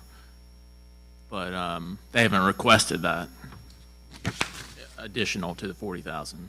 no, but 40, we already have it in this year's budget. you're saying? That's Okay. currently allocated Okay. So I guess the question is, do we wanna put some money in here as a placeholder? for the following year. Right. Yeah, for this year. That's up to council. Well, my opinion on that is no, and here's why. I think we need to kind of step back and really look at this project as a whole. There's been some discussion among some of us, and I know Mr. Fry spoke up about it. I read your letter into the minutes, not calling you out, but I tend to agree with what he said. I'm not exactly sold that that's the best location for that monument. And the reason is, it's right beside Langford Road, which is a very loud road. People ride their trucks up and down. They make all sorts of racket. If we're going to create a memorial and actually put individuals' names on it for people to come and visit, I am of the opinion it needs to be in a serene and calming environment. I don't know if right on Langford Road, right out front of Town Hall, the current Town Hall, is the place for that. I know it's been approved by the council. We can clearly unapprove it. That's not an issue. I think $40,000, and if the bid comes in at $200,000, okay, 20% allocated by the town, that's reasonable. I think that this council as a whole, in conjunction with the Historical Society, we need to really look, is that where you want your monument for your family, people that serve this country? Some I assume will still be alive. Many will probably have passed. Is that where we want to put it? And then, with all the external factors that are involved, the gates opening and closing, people constantly coming in and out of the park right there. That's my only issue. And that's an easy budget amendment to do if they come back in fiscal year 2024 asking for that $40,000. I think I mean, their board unanimously picked that spot and approved that spot, and we did too. So in my opinion, the horse is out of the barn, we just gotta start building it. Well, horses get out of the barn all the time, that doesn't mean Any you other can't put them back comments? in. Any other I'm comments? just, if we were to offer up another location, with the board, I know they approved it, then we approved it. I guess that's a question for Councilman Ballman. I know he's been working on that project. Did the board look at any other location in the park outside of They that chose one? that before I got on that committee. That was done before my time. I never thought about that until, some of the members here brought that up. I tend to agree with that, with the noise, with the flow of traffic. It's a little bit of an entertainment corridor now, with the Doco station there. Yeah, it is. Great music. And I thought about it. I said, maybe we should have placed it down here closer to the water, where you hear the sounds of the water and just a serene environment. But if that's where we're gonna go, Mr. Mayor, I guess that's where we're gonna go. Is what we already said. Mr. Mayor, the only thing I would add to that is I would probably agree to let the person looking at the master plan, including the McLean property, the 4 acres across the way, not to change the design, but to lift that design and ask that landscape architect in the overall scheme of this park, knowing that town hall may not always be where town hall is.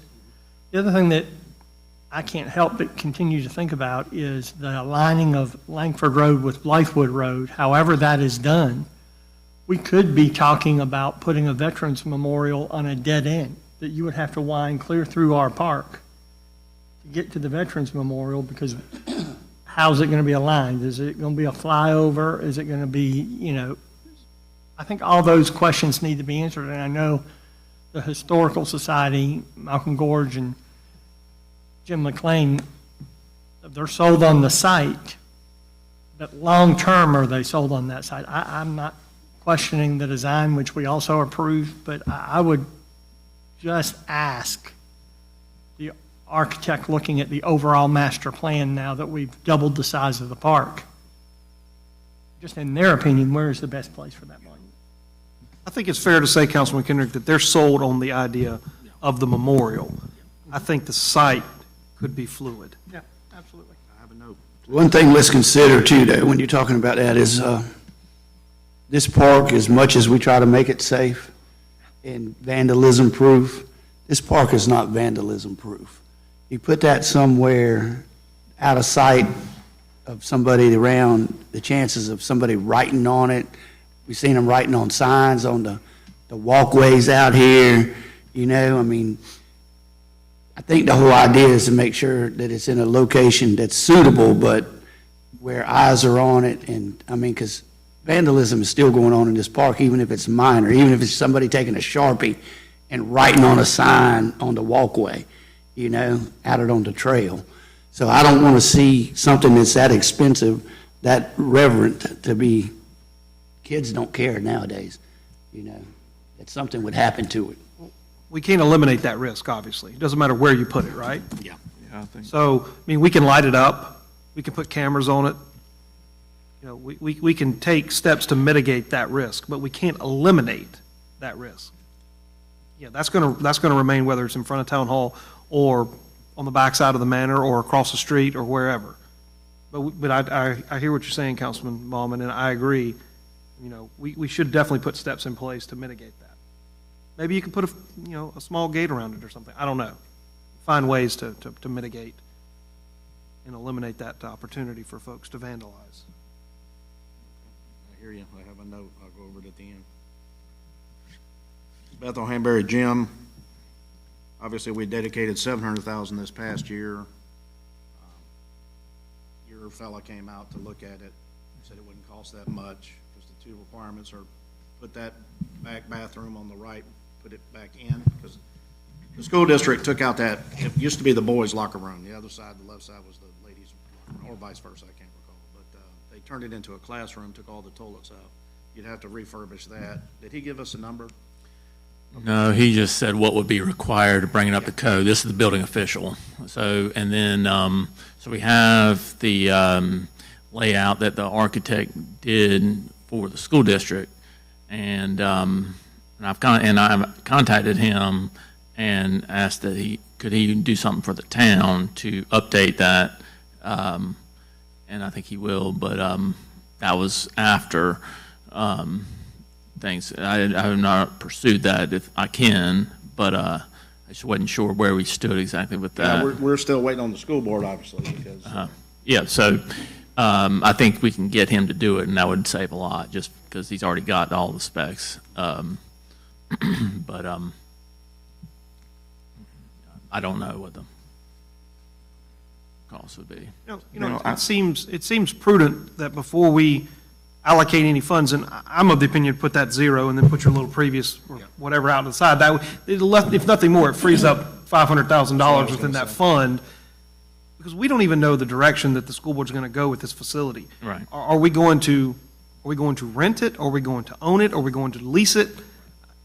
I've expressed my opinion amongst the four of you that if we don't own it, I'm really not interested in it, because I don't want to invest $1 million in something and then 10, 20, 30 years, they just say, oh, well, thank you for, refurbishing and maintaining, but now we're going to take our property back. So that is the worst case scenario. Also, I did the math. If we invested $1 million or $1.2 million or something to truly bring it up to where it needs to be, if you amortize that over 30 years, it's like $3,300 a month. That's pretty high from a rent perspective. So I think we should just, if you want to leave $300 million there and put 500 as floating, I think that'd be a better way to look at it. I agree. So here's my question on the 500. Whichever way we go with it, if the Alumni Association, which may have a dib of hands in this as well, if they inquire the gymnasium outside of us, are we still going to use that as seed money to the association, or that money's off the table totally? I would recommend the latter. Whatever organization gets it needs to fund it and run it. And that's why we talked about as a council, we take it, we could use it at the Civic Center. And then there was a draft proposal, and some new board members who were newly elected didn't have an opportunity to be read into that. And now they have been, so now they're, I believe, talking about it, how they're going to handle it. The Blythewood High School Athletic Alumni Association said they wanted to do it, which is fine. And so we've stopped all progress in that regard. But yeah, then whatever organization gets it needs to raise money, and we can certainly assist if this council wants to do that. Well, we could also rent it too if we needed to, and use it for community events as well. Right. That's right. And that'd be a way to actually help fund it. So I think they're in conversation with each other, the school district and the alumni association. Okay. So we're just on hold, but I agree with Councilman Brock. It should not be dedicated until we know more. So would you like to just take that completely out of the budget for this? I mean, I'd leave it on there, but insert one more line and just put other, and then move the 500,000 down. And that way you've still got your 3 million. You don't have to go and change your numbers. You've just got a floating allocation that's unappropriated. Or if it's easier, just put it back in the contingency fund, Mr. Williamson. Either or. Because It we can still always, balances. we can It's all always, coming out of the general. we can do a budget amendment later if we decide. That's what I would say then, it's just, if That's it's, fine. Okay. So that comes out and be 2.5. Yeah, and the contingency goes from, 705 to 1205 or something like that. Oh, okay. Okay. Ms. Julie, we have 100% confidence in your ability to do this since you've been doing it longer than all of us. All right.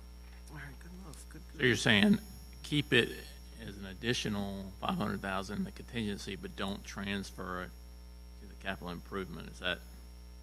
So you would like to bring that into the, I mean, or just not even, I mean, I guess my preference would be not even have it as part of the reserve funds that come into the current budget. Right. Okay. Just put it back in the general fund. Put it and- back, and we'll do an amendment Yeah. if things change. Or Mr. Williamson, on page 10, this little red box, are you going to leave the farmer's market and the combat memorials event, or are you going to actually delete those two line items, and they would just not even show up? Right, I would delete them. All right, so to delete all three of them? Yeah. Yep, all right, perfect.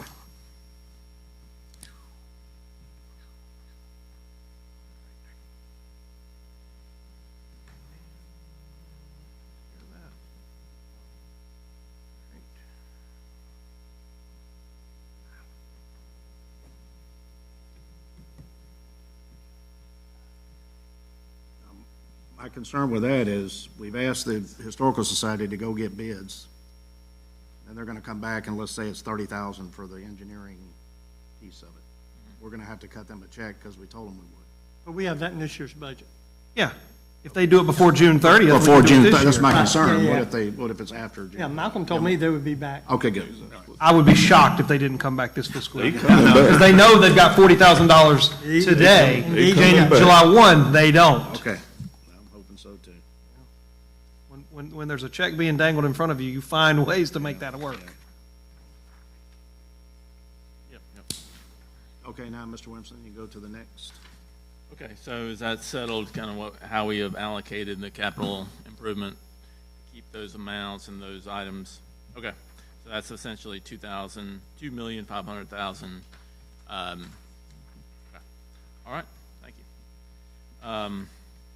Okay, so, I guess I thought it'd be better to start with the H-tax and then the mayor's proposed sponsorships, and then the outside agency, those items, maybe last. Do we want to continue to do those things? But, Right, so what I did is, this is not a recommendation. I talked to Councilman McHenry about that. This is everything we currently do, and if we find value in it, and of course, we don't want to touch the SAT, LAT, that money was strictly dedicated, while we wrote the policy, to be able to pay for this 40 acres over here.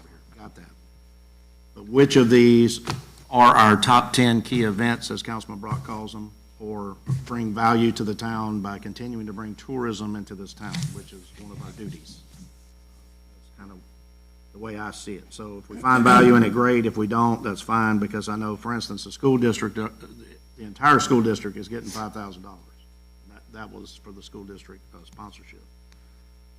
But are there other events that generate revenue for this town through H-tax, A-tax, and whatever, that need to be some other way funded in order to get the increased funding back on the H-tax, L-tax? So that's all this is, completely open for discussion.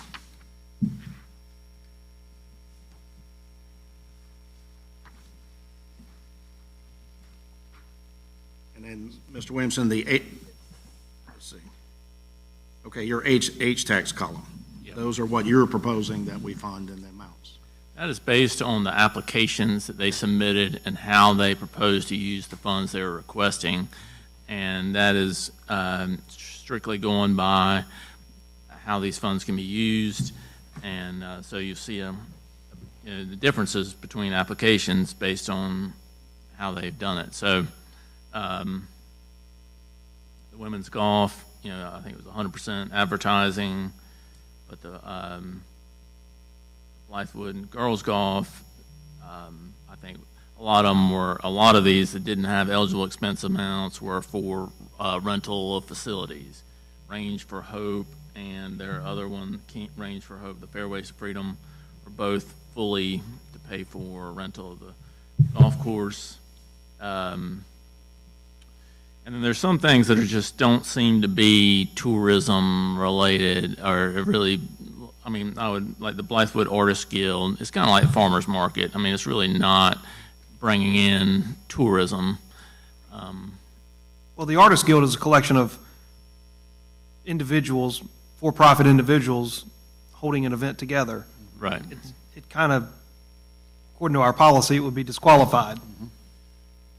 So, So Carol, are all of these on this first page under applicant? All of these people down to Camp Discovery turned in an application during the application process? That's right. Okay. And the requested amount is what they've requested. That's right. Eligible expenses amount is your, Tax is eligible. your H-tax take on the new policy. Correct. I got you. And then the mayor's recommendation, and then the date of the event. Got you. Okay, thank you. Okay, can we start by going down the eligible expenses amount and go tackle that 1, 2, 3, 4, 5, those 7? Yep. I think you already mentioned about the women's golf.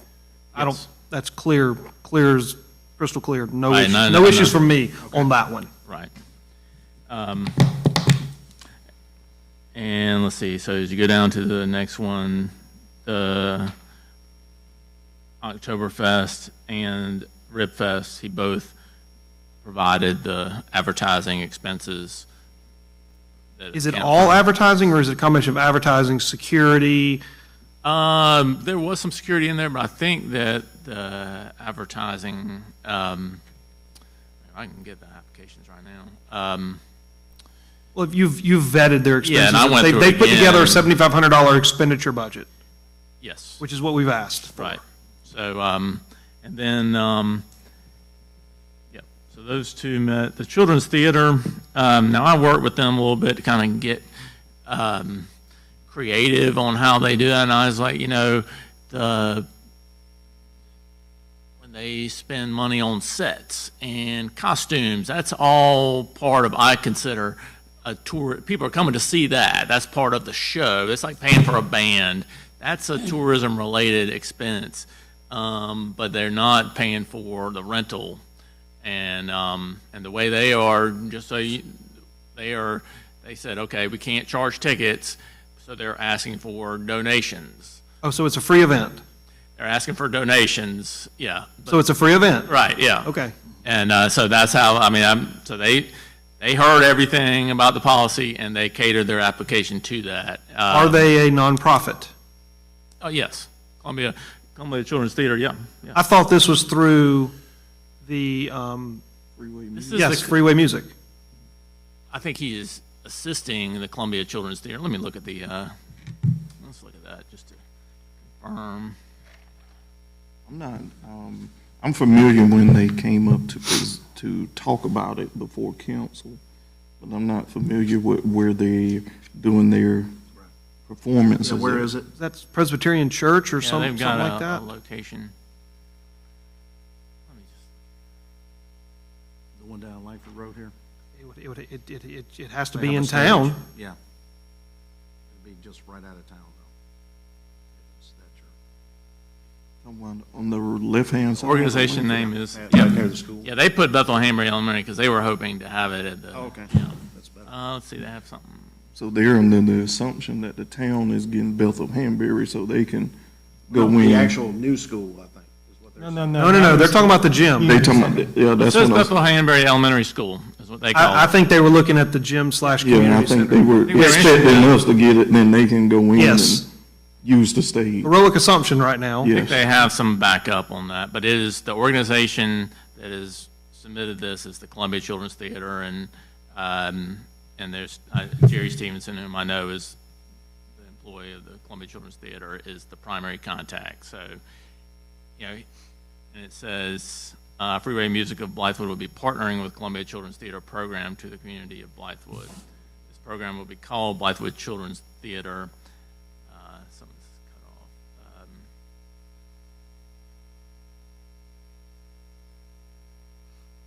But the Columbia Children's Theater is the applicant. I was under the impression that it was something through Freeway Music and they were going to be involving the Blythewood community in the production and it wasn't something coming out of Columbia coming into the town. No, they are basically. It's like the Columbia Children's they're Theater, kind like of the bringing an- overall sponsor, or they're like, Well, there's kind of parent? expanding to bring that program. They're really moving to West Columbia, Columbia Children's Theater. So this is a way to bring the auditions and everything would be to encourage participation in the community, but operated by the Columbia Children's Theater. So they're, I mean, not to waste too much time on this, I think we need to investigate that one a little bit more, Well, just. not only that, is they would, according to our policy, they're only eligible for 7,500 anyways. That's the max. Yeah, that was my question. Yeah. How did 15,000 carry they from have three application? different, or two different productions. Oh, so it's $7,500 a production? That's how, I mean, they've got, I mean, Yeah, one in December and one in May. in May. all expenses, including two productions. That's how they proposed it. Well, if for no other reason, I think we should have two lines there for the different productions, at least to clarify that, because it doesn't look equitable as it's currently presented. But I agree with Councilman Griffin, this needs to be vetted. We need a little bit more information on this Yes. before the next. Not discrediting it or writing it No. off, Yeah, but yeah. just, Trust but verify, right? yep.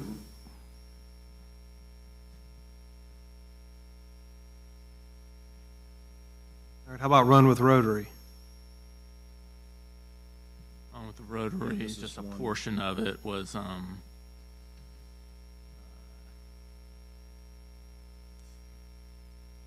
did we say? Two?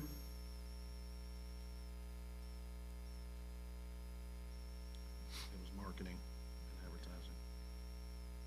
Pretty sure. Yeah, advertising of $2,000. Can they not include security with? They can, and they probably should. Yeah, That's also, because- that's also a private event, because the general public just can't show up and run. That's why I put it in the column. That column is, it doesn't, it's not mayor's recommendations, it's mayor's analysis, is what it should say. So what I did, it says there's, Mr. Williamson said they're eligible for 2,000, but I didn't put it in H-Tax because it's not for general public. It's only for runners and people who participate in that kind of activity. And it's early it's like 6:30 in the morning on a Saturday. You know, so I put it in sponsorships, and the reason why I do that, if you all, the majority agrees it's worthy, you would have to take this out of general fund money and call it a sponsorship, which Pete has said is legal as long as it's bringing tourism. But does this bring tourism to? Well, that's the million-dollar question. Yeah, right. Because a lot of these things on here you've got under sponsorships, Right. and that is, Right. that, And we're gonna talk, that's That exactly why we're opens- gonna talk about every one of them, exactly well, why. that opens a So lot I of didn't wanna, questions. I didn't wanna eliminate unilaterally anybody. And that's fair. I don't think you should eliminate them just because your interpretation. That's right. But collectively, we may. Yep, that's exactly right.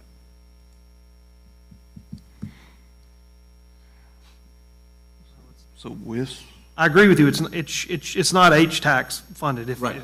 Right. So that's a no for me on that. And if it would bring tourism, then you could use general fund monies to provide a general sponsorship. So what is? Does it? So they do have 3,750 in security, and the traffic control. But again, that has to boil back down to tourism generated. That's an Right. allowable expense for a Right. tourism-related event. So we all, I'd probably be all making a separate recommendation on that. Or we may take it off altogether. Okay. To the council members here. so they use, let me ask you this, they use the park for their starting and finish point, right? Do they rent the park? They, Yes. so they pay out for rent to the park. And that's at how much?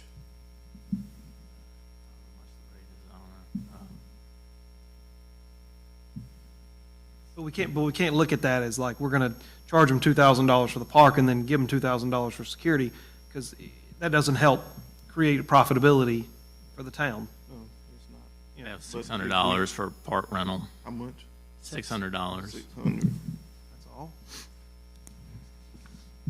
And they, They're just using the roads. They start right here and they go out Sandfield Gate and about town and then they come back. I've run it before. And most of the runners are from out of town, but are they tourists? That's what I'm sticking are with. they staying here? Are they, you know, are they just coming in to run and may grab a bite to eat or a smoothie off of Killian Road? And Yeah, the hard part there is they're paying to run. Yes. That's true. You gotta register to run, So it is a ticketed event. so it's a ticketed event. Now, here's the other caveat to that, and the reason I was asking how much are they paying for the park. If we're promoting, and I think sometimes we backdoor ourselves a little bit. Agreed. When we start promoting like healthy living initiatives, we want you to be out and running and walking, and this is one, so how is the town living up to that standard or that we put out to the public, healthy living, all of those initiatives? So that's why I asked, how much are we paying, where the town may be better putting this in outside agency type request and sponsoring it as a healthy initiative, you know, get out, get the moving, type deal, and aid in advertising. And the park would be more in kind, $600, I mean. But that's just me looking at it.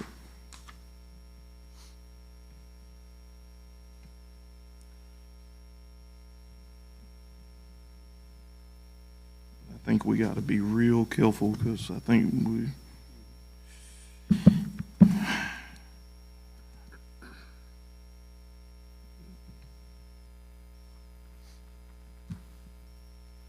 So what do we think?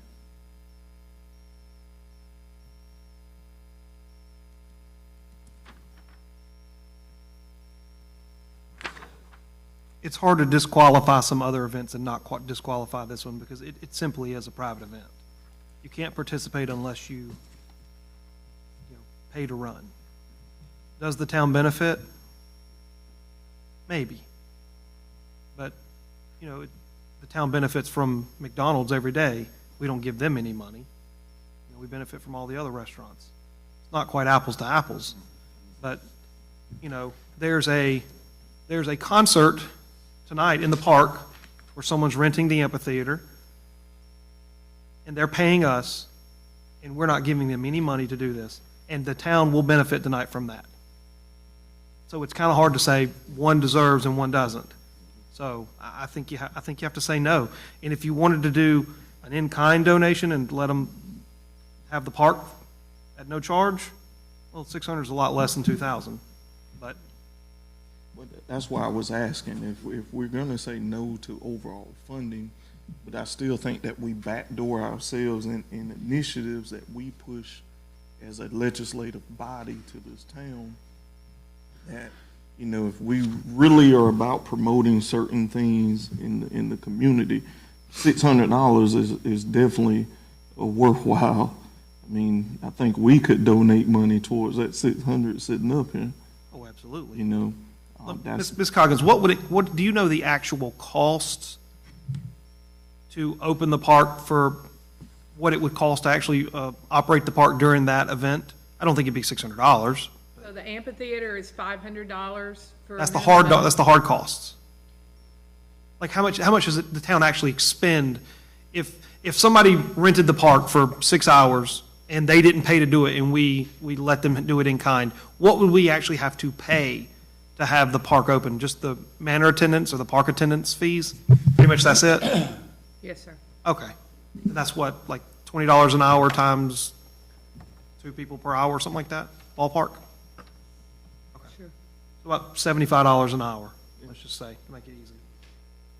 So they're 4 hours, so that's $300 in hard costs. So we'd have an opportunity cost of $300. That's really what we're Mr. debating. Mayor, if I can make a suggestion, I want to comment on Brock's point. Yes, I mean, you got minimal cost to open this park for Run with Rotary. But the Run with Rotary, $600 they're paying to run that race is part of Ms. Coggins righting the ship, which we're applauding. No, I agree. I don't want I to agree. dilute that.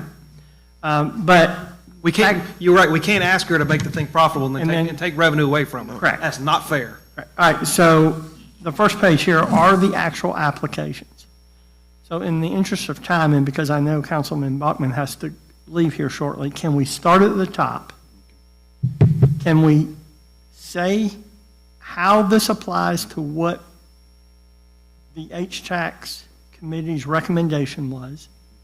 And can we say, either vote or just say by consensus, yes, no, and then go to the next line, yes, no, not looking at the sponsorship yet. So we can get the HTAX list done. Okay. Because, I mean, my struggle is this, we have, and as I look down here, we have Blythewood Bengals Youth Football and Cheer. They turned in an application for $10,000. The organizer of that, who has spent years and is very passionate about that, Ms. Dow, was here, asked many questions, was here through the ATAX process, the town hall meeting we held, yet she still turned in a $10,000 application.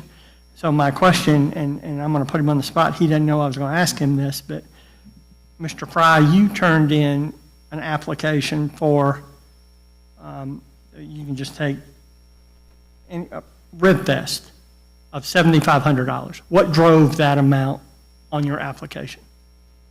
The limit? Okay, that would be my point. So some of these applicants sitting here, and I ask you to wear a different hat, Ms. Coggins, but the rodeo didn't turn in an application. And what drove the decision not to turn in an application? The process? The policy? New policy, yeah. So there we have to. I would assume, I don't want to answer for you. Right. Yeah. We have to be consistent because you're going down this list and Gina Dow didn't pay any attention to the policy. She needs $10,000 for her program. But she was here. She was here at the town hall meeting. She was here at many discussions. And she was also here at our goal setting and made a passionate plea. So I think we need to be consistent that we have people who are stakeholders that turned in applications that are adhering to the policy that this council approved. And we have people that aren't. So just for consistency's sake, at Camp Discovery, $15,000. So let's go down the list that we know turned in applications. And then we know that's going to leave a bag that we can talk about sponsorships or some recommendations, but at least we've dealt with the HTAX applications. That would be my recommendation, and I'm trying to be sensitive to the time. Councilman Bachman, you're here. So I agree with you, Councilman. I think Mr. Williamson could sum it up because he went through it, and I think he can do that pretty quick. I mean, he went off of the new policy guidelines. So if it's something that's questionable, I think that might be the, Which would be, yep, like to that. him, you know, if it's questionable. Well, I mean, I think we can pretty quickly go through each one and just list out. Okay, go. Okay, so women's golf. Yes. Production, marketing, advertising, dollar amount $7,500. That's all she put on the application. Yes. I would be a yes vote. Yeah, Yes. is it a multi-day event and does it bring tourism? Absolutely, Yes. yeah. Well, it has to be a little more than Yeah. that. It has to have qualifying expenses along with. Oh, yeah, those absolutely. criteria. Assuming these. Yes, but I'm going I off don't of- think anybody is in disagreement that the golf clearly qualifies. Yes. Brings people from all over the country. And I think we need to recognize she asked according to the policy this council approved, so Well, if the request amount is 75, then they heard the message. they did. And I appreciate I have a that. check by that one. That one's good. Blythewood Girls Golf. All right, now this is, we were saying 5,000 total, but, so she really doesn't, she's got course rental, tea gift, food, miscellaneous. None of those qualify. Right. So that's a So no. take that out. So For that's why I me, put 0. For me, that would be a no, but I'm one. Well, that's a school event, and we And we said address that school's good. by doing two $5,000 scholarships, one to Blythewood High and one to Westwood High. So every other school event should come off this list, and it's their responsibility to manage the $5,000 in sponsorships. And if it's sponsorships, I don't even think they need to turn in a report, would they? No. Yeah, they just get it they can get $5,000 from the grant. general fund. It's a grant. Sure, a grant, said it was- They however would you need want to to call show it. that it was, if we're using HTAX funds. No, this is not coming out of HTAX funds. We've already said that those were. $5,000, I thought. Okay, well, if we did, Yeah. okay, 5,000 out of HTAX, that's fine. Carol's point is if Booster Club used that $5,000 out of HTAX, they just need to show they were qualifying expenses, That's fine. which is fine. Cover everybody. And then in that same point, as I say no to girls golf, South Carolina Diamond Invitational didn't turn in an application. Right. So a very successful event, brought lots of tourism to the town. Right. But they heard our policy. Right. They knew we were giving I'm assuming, $5,000 to the school. They didn't apply, so, Now, I think we're being myopic here. That's, two of you just said the same thing, just different words. The school district gets $5,000. I'm sorry, the two high schools get $5,000. Yes. That's HTAC's policy. yes. You just said there's an event that draws tourists from all over the state. They stay in the hotels for 4 days. Yep. So if that is something we value and we're bringing tourism into this town, you can still fund that event as a sponsor, which does not take from HTAC's policy. It is not illegal. It's meeting the letter of the law and that we're bringing in. So like, for instance, rodeo didn't turn one in, you said, because they don't qualify under the HTACs. But they do qualify if we see it as a huge event for this town, as drawing tourism here overnight, then you can put a sponsorship. Pete's already said that's legal. Yeah. So that's why I have two columns. So let's not unilaterally say we're giving $5,000 to the schools, that's it. Well, they're gonna spend that money in a heartbeat. And if you still have these huge events, that's why they didn't apply. They were gonna apply for a sponsorship. Well, we don't have, number one, I don't believe we have any sort of process to do that. No, And you number don't. two, And we gotta and number get- two, the school district has a $300 million No, I agree. budget. I agree. Blythewood does not. Also, if this scout project goes through, their budget may double. Yes, For right. all Or of the them. winner, yeah. R2's the winner. No, I agree, but The idea but of, it's not the school district's mission to draw tourism. It is the town's mission to do that. well, then the schools just happen to fall within the town's limits. That's just, Yeah, that just happens to be, but yeah, no, I agree, absolutely, 100%. That school district but should be what you're funded. doing though is you're shifting your funding from out of H-tax to general funds to get around a policy that we unanimously approved. No, the policy was for H-tax use. And I voted for it. And you're violating that spirit But you, of the policy. No, you're drawing tourism to the town. So if you. McDonald's draws tourism to Okay, the town. No, it doesn't. Yes, it does. It makes people stop. Your case That's in not point, a if I tourist. saw the billboard coming down from New Jersey, so I decided to stop in. That's what signs do. Yeah, but McDonald's is not a tourist event. No, but it does draw people to the town. So what I'm saying is there's I don't think we meant to hamstring these great events by writing an H-tax policy letter. We Was asked that your- every single person in attendance, raise your hand if your event would not happen. Not a single hand Okay, went but up. how many people were here? 30? They weren't everybody represented in. Well, I can't help that. But I'm just saying, if you're gonna cut yourself like that and say, well, we wrote the policy to be inclusive only to this group and not the group that's drawing your tourists to town. But we're not excluding them. Yeah, I don't think certainly the event in my Yeah. involvement in the subcommittee was not to exclude anybody. Okay, But we opened a door years ago to start funding school events, which which are, right? a school event of any type would probably bring tourism to the town. It has to be multi-day, and you have to stay in the hotels. You know, that's a criteria that I put together for when we prioritize these events. Yeah, yes, sir, I'm with you, but again, a lot would fall into bringing tourism to the town. A lot of school events, a lot of church events. Yeah. I think I'm very leery of opening the general fund. That's why I wanted to go down here, the people that applied for H-tax, A-tax, and there were many school participants in the town hall, and again, I agree, but I can't help who was here for that meeting. I can tell you, every person that received H-tax, A-tax, and LAT funds were invited to that meeting. No doubt. I'm just saying, I mean, we can't just, Right. it's like the 14 people that spoke out against Scout. There are probably 500 more out there that are concerned that didn't come to the meeting. So I understand your point. I get it. Yeah. Absolutely. So But here's. we can only base our decision based on the information we were given. And the information we were given at the time was that every single event would occur whether they received full funding or they received zero. That was the information, that was the message that they sent to us. So that's why we made the recommendations as we made. You know, you talk about events that draw people to town. Bengals football draws people to town every Friday night in the fall. Westwood football, we don't fund them. So, We need to have a definition of tourism. That's where we're going off track here. and I think we've been asked for that definition of tourism. State defines it as anybody who travels 50 50 miles miles. or greater 50, outside. 50, but- yep. And then we added to that, you're a better tourism event if you have people in the hotels, because that again returns money back to the town coffers on the increase in H-tax and A-tax. That's an incredibly hard measurement to get. I've tried. No, I understand. I've tried very hard to get that. Not for Yeah. the town of Blythewood, but for my own event, it's very hard to measure. No, I concur. All we can do is get usage rates, and the hotel managers give us that, you know. Well, they're at 70, 80%. Yeah. Or 100% every given weekend, whether there's an event in town or not. So here's what gives me some kind of mud in the water. I know Juneteenth did not submit an application. When I seen that, I put in a phone call to them and asked, hey, did I miss something?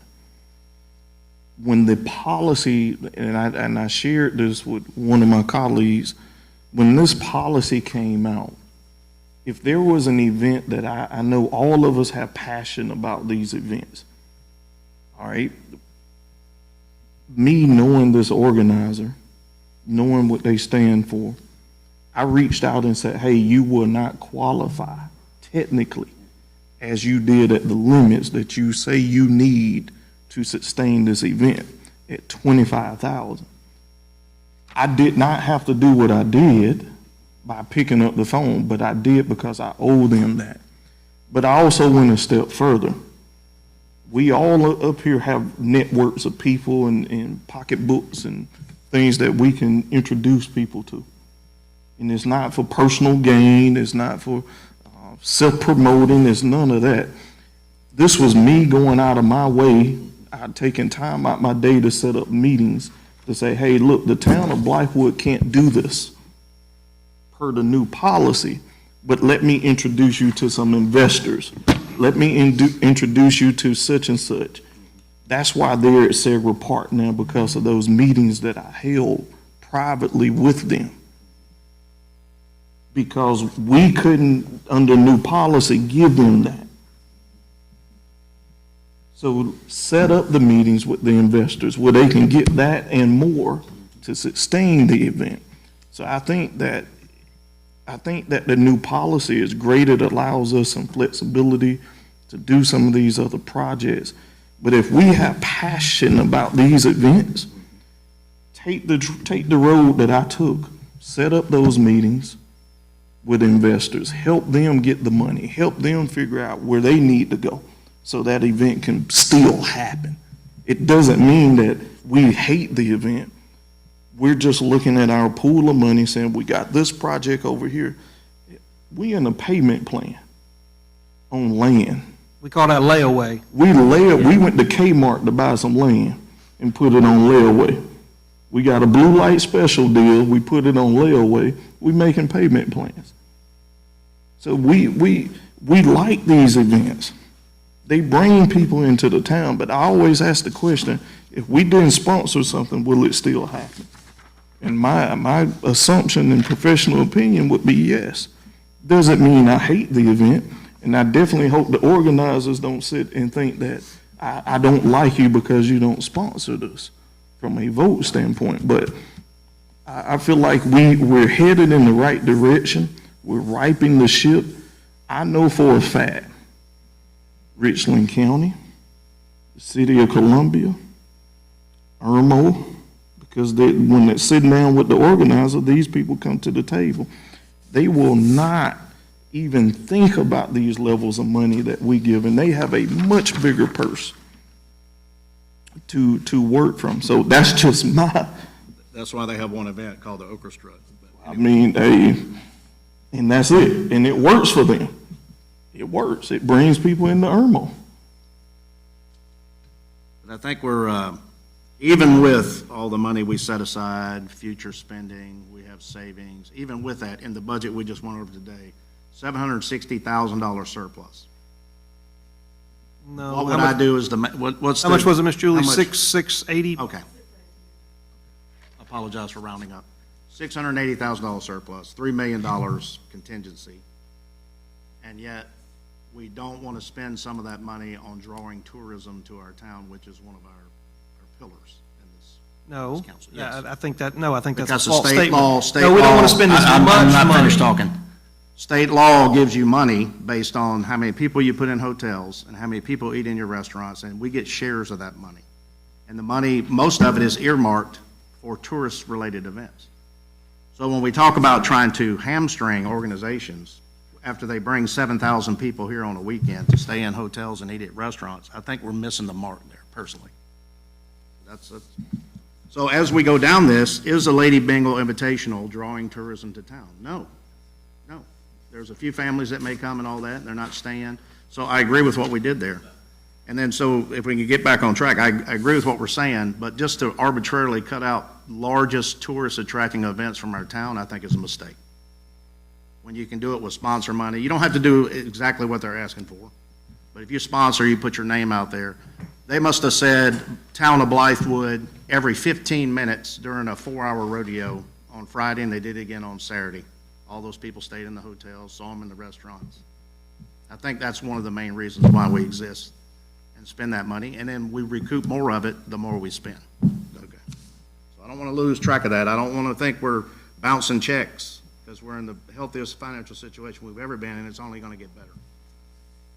Mr. Mayor, Yes, sir. so, not to pose arguments or anything up here, we're having good, healthy discussion. 2 points I want to make. One, have we ever seen economic impact studies from events in Blythewood? I know in the city, they produce some, what's that, One Columbia? CVB. I know they produce some, and then my second point for discussion would be, I think we missed it when the policy was being written, where we could have really had, I think we called it some form of discretion money, and we changed it, reclassified it, all that good stuff to meet the law, to where we could just do these things. If you are really passionate about tennis or pickleball, you can give the pickleball league $500 and keep it moving. So I think we missed some of that because, and we're right back to where we started, probably in a future conversation, but I'll rest with that. I don't think we missed it. We just said the majority would vote on it, which is kind of what we're doing here. Well, no, it wasn't missed. It shifted from Yeah. council's discretionary to mayor's discretionary, and it went from 30,000 to 200,000. So no, I agree, we didn't miss it. There's no such thing as a mayor's discretionary. We're all talking. Mayor's recommendation, that's No, exactly it's, what that is. and I told you to change that, didn't I? Well, that's not what my form Mayor's says. analysis is what it's supposed to be. That's not my recommendation. It's every single entity. It was till we walked into this chamber. Mr. Williamson, was that ever my policy? What did I say when we went over this? Julie, Carol, and I sat down for a long period of time, and I said, this is not an event that qualifies. Move it to sponsorship in case the town council wants to approve it. That's all I did here. That's why every single one of them is here, as small as it may be or as large as it may be, in accordance with the policy that I voted for. Range for Hope, Mr. Williamson, were you on that one? All right. So they have cobblestone venue fee and cobblestone food and beverage fee totaling $7,500. So neither of those are eligible. Qualified. So does the council see that Range for Hope King for a Day is worthy of a sponsorship? So here's one. I'm confused. Are we discussing both? Yeah, we're just going one by one. all the I way. think just to say H- H-tax, yes or no. H-tax, yes, no, and then we And then can talk come about back, sponsorship. Okay, do you want to, Because I think Carol needs to get back to all these applicants and say, based on the policy and the budget being okay, presented. go ahead. So Range for Hope, in my opinion, would be a no for the revised policy. Correct. I mean, right. Well, the only ones that Mr. Williamson has said are eligible are the 7 that are outlined, so I don't know why We're getting there, we're getting there. Okay, go ahead.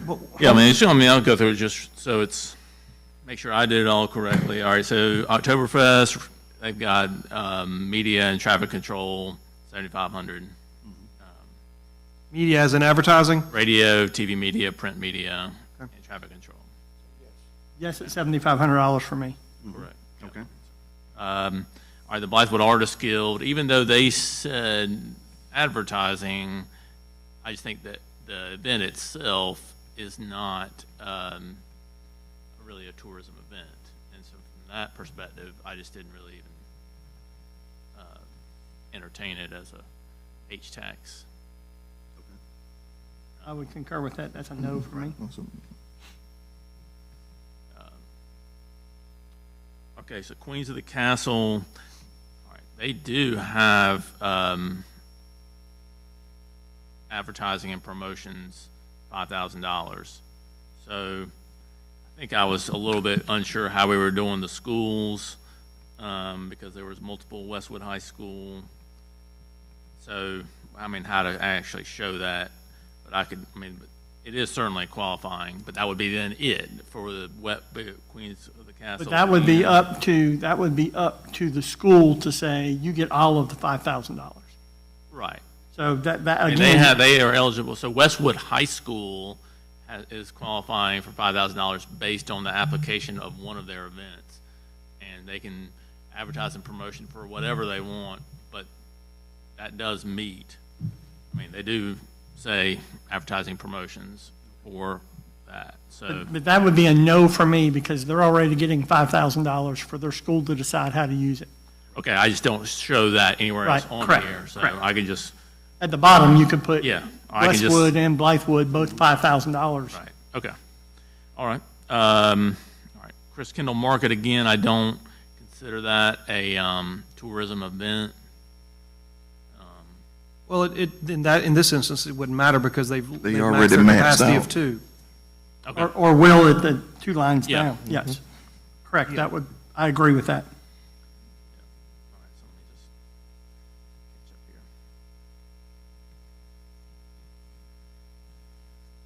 here. Christmas Parade, same then.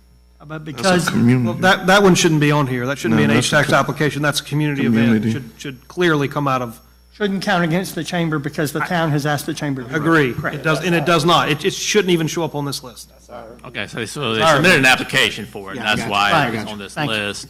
No, I don't believe I there have should on be the an notes application needed in the there. future for that. community Bill, do you event. understand that, Mr. Fry? Are we on the same page? I think so. Okay, Yeah, we're paying for, we're sponsoring it, yes, yeah, just like the Fourth of just July. like last year. Confirming that. Rib Fest. Yep. Yes, Yeah, I mean, that clearly. Like the Children's Theater, I just sent you the application, you can look at it more closely. On with the Rotary. so we're moving the children's theater till we get more information. Yeah, we based on need it where they're more. putting it. TBD on We it. need- Yep, to be determined. Sorry, go ahead, Carol. On with the Rotary is a ticketed event, therefore then that would be 0. Correct. Westwood High School, not applicable. Blythewood Boys Golf, not applicable. Range for Hope, I'm almost positive it's the exact same. Fairways to Freedom is the same. It's King for a Day. But I'll, Fairways to Freedom is this one. Yeah.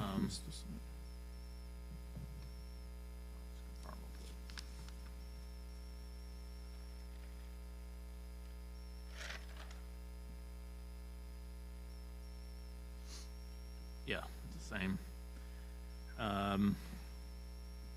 Okay, the most outreach gala is not, It's a ticketed We- event. It's a we private can- We can event. scratch that. I work with the promoter. okay, That one doesn't qualify. yeah, it was, the Blythewood Bengals Youth is primarily field rental.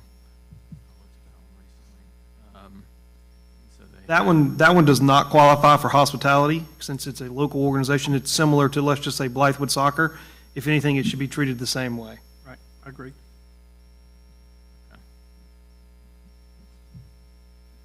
And Camp Discovery is just not, they're not even attempting to meet that requirement. And that is all the applications other than the Historical Society, which was community event. I thought the Historical Society traditionally came out of state accommodations, because I think that's where we had it on our policy, didn't we, Councilman McHenry? We did. Not on our, was that specifically in the policy that the Historical Society would come out of state It accommodation? wasn't specifically in the policy, but we earmarked those funds because that is an allowable expense. The easiest thing to come out of there. Yeah. I know, we just said all of it's going to the Blythewood Facilities Corporation. Well, we have a spreadsheet, we can plug in the numbers, it'll spit it out, so. I mean, why don't you just keep it simple? And It's fine with me, we just had it in a different place. No, that's in fine our with me as initial well. Yeah, because analysis. then that has to go to the board, I mean, the committee, and, That's fine. Okay. Makes it easier, if it makes it easier from a reporting It makes it standpoint with the easier. Turk, no problem. okay. All right. Okay, so if I can, I just want to make the point that on I don't know how many there are, 1, 2, 3, 4, 5, 6, 7, 8, 9, 10, 11. 18 events, because I'm counting the children's theater as 2. We've said yes to 3. 5. Sir? 5. What 5? Women's South Carolina Golf Association? Oktoberfest, Rib Fest, and 2 of those events, that's 5. Where's the other 2? No, the 2 children's events. We hadn't said that, we paused that one. We have, So that's the only ones I've got. I don't have those 3, but then Right, you yeah. add those 2. Out so, of 18 applicants, we say 3 qualify. so if you go to our worksheet, we have 3 events that qualify at the $7,500 or less, depending on if they have qualifying expenses. And we had room for more. So that goes back to my earlier point. This process being followed is going to, number one, fund things that are eligible under the policy. And number 2, create more money to be spent according to why we wrote this policy, and we just proved that that's true. Now, you have a caveat conversation that we're going to have. But we have 2 applicants, and again, Ms. Coggins, I'm putting you on the spot for wearing a rodeo hat as well, and Phil. I, as only half of the subcommittee that proposed this policy, want to thank people who heard us, shared their concerns with us, and then went the extra mile and followed it through this application period. So please pass that on to the right people. Phil, you're sitting here, so thank you very much. I agree. All right, now you're left with the not the mayor's recommendations, but the leftover possible funding and if you're going to fund them and how you're going to fund them. Is it a benefit to the town and does it draw tourism is the scope that I look at it through, the lens that I use. So how do you dive into that? Oh, we'll go down the list of the ones that didn't qualify for HTAX.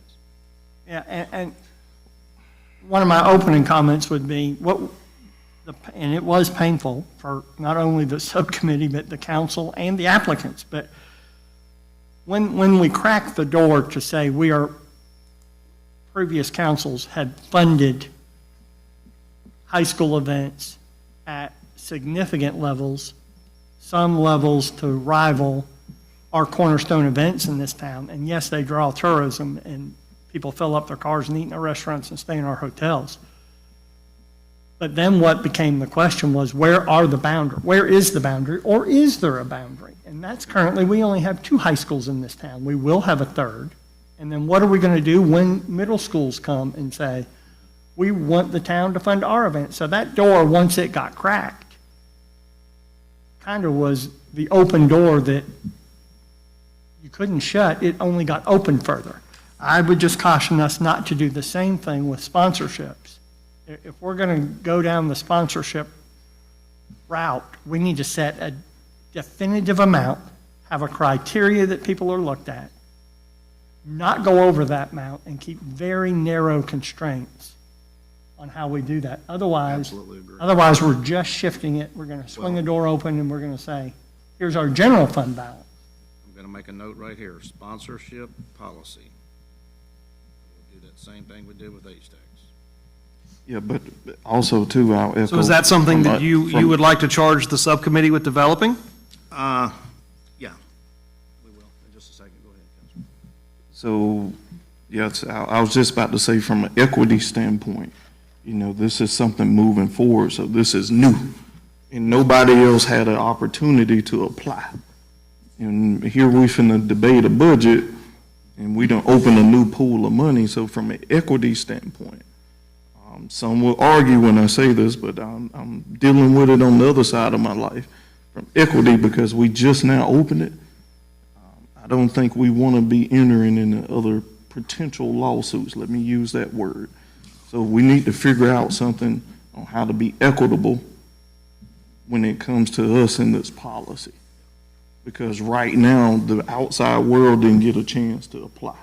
It was an analysis, usually, from the mayor. And the staff. So the public didn't know about your analysis or the staff's analysis, is what I'm getting at. So how are we going to fix that? Okay, good question. That is not what this is. This is all the folks that sent in applications. If we write a sponsorship policy, which we're going to do now, because we have to make it clear and equitable, then there'll be new application deadline dates, and then we will sit down and look at that at some future meeting. So the point, though, I hear you, but these people that put in applications didn't know nothing about a general fund or sponsorship. No, you're right. You're exactly They right. didn't know anything about that. They know about the H-tax policy. And so right now, they're all no's. The ones that didn't Except for the people qualify who have followed been it. denied. Yeah, but what I'm getting at is, we can't turn a no automatic yes without making it equitable to the Right. general public Absolutely. and giving them the opportunity, because right now, I can guarantee you, the only organizations that have heard that is them two sitting back there right now. Yeah, no, absolutely. That's why we're going to do a policy, and we're going to get it out in the public, and then we'll revisit that. The money's not going anywhere. No, Just, we'll have to do an application, we'll have to advertise it, people who look for Blythewood to sponsor, and you have to have the following criteria, which is whatever we determine. so then how can we can't even say No, we yes to can't. these. No, we're stopping right now because we have to have a policy. And I'm not trying to, No, I'm no, not trying to bog you down, but absolutely fair. here's, I think that's the best thing I've heard you say all day. Here's how We're I- stopping right now because we don't have a policy to move forward. Here's how That I- is a good decision. here's how I reconcile that in my very simple way of thinking. The Chamber of Commerce is sitting back here for Rib Fest, which was a fantastically successful Rib Fest, brought thousands of tourists to Blythewood. And I believe I have my paper, it's here somewhere, 16,000 is what you got for Rib Fest last year? All right, so $16,000 in the year we're wrapping up. We're looking at an application, he's asked for $750 because he's listened to this council. If we don't put a sponsorship policy restrictive, we've just cut his knees out from under him on what we, all five of us, consider a cornerstone event, because at that point, you have to weigh, is a $5,000 sponsorship, and that's an arbitrary number, but is a $5,000 sponsorship that I don't have to justify my expenses to the H-tax criteria. Is that worth it for me and my organization to apply for that $5,000 sponsorship, or go the H-tax route, have to apply, have to give a final report, but I can get $7,500 there, or at least $7,500 now, Only in year one. only in year one. Yeah. So, all right, which?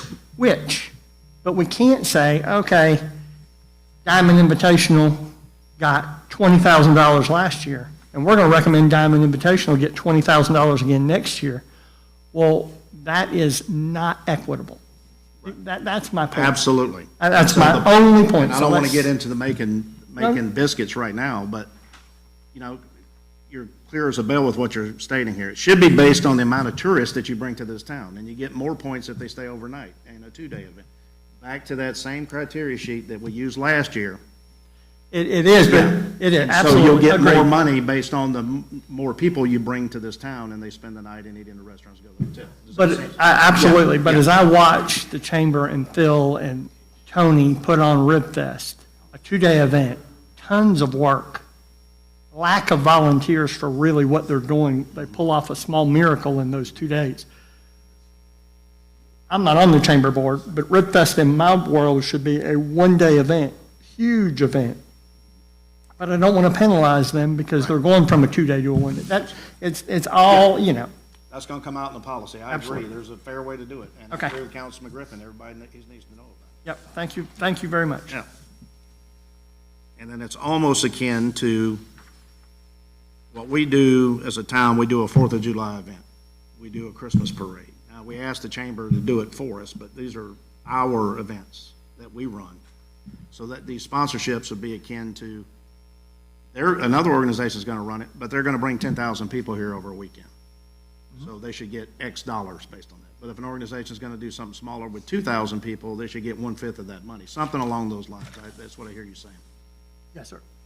So if the town wants to sponsor a rodeo because we bring the rodeo in and we RFP it and we have 3 or more rodeo organizers give in bids and we select one, that's no different than getting a grass cutter, a company, a landscape company come cut our grass.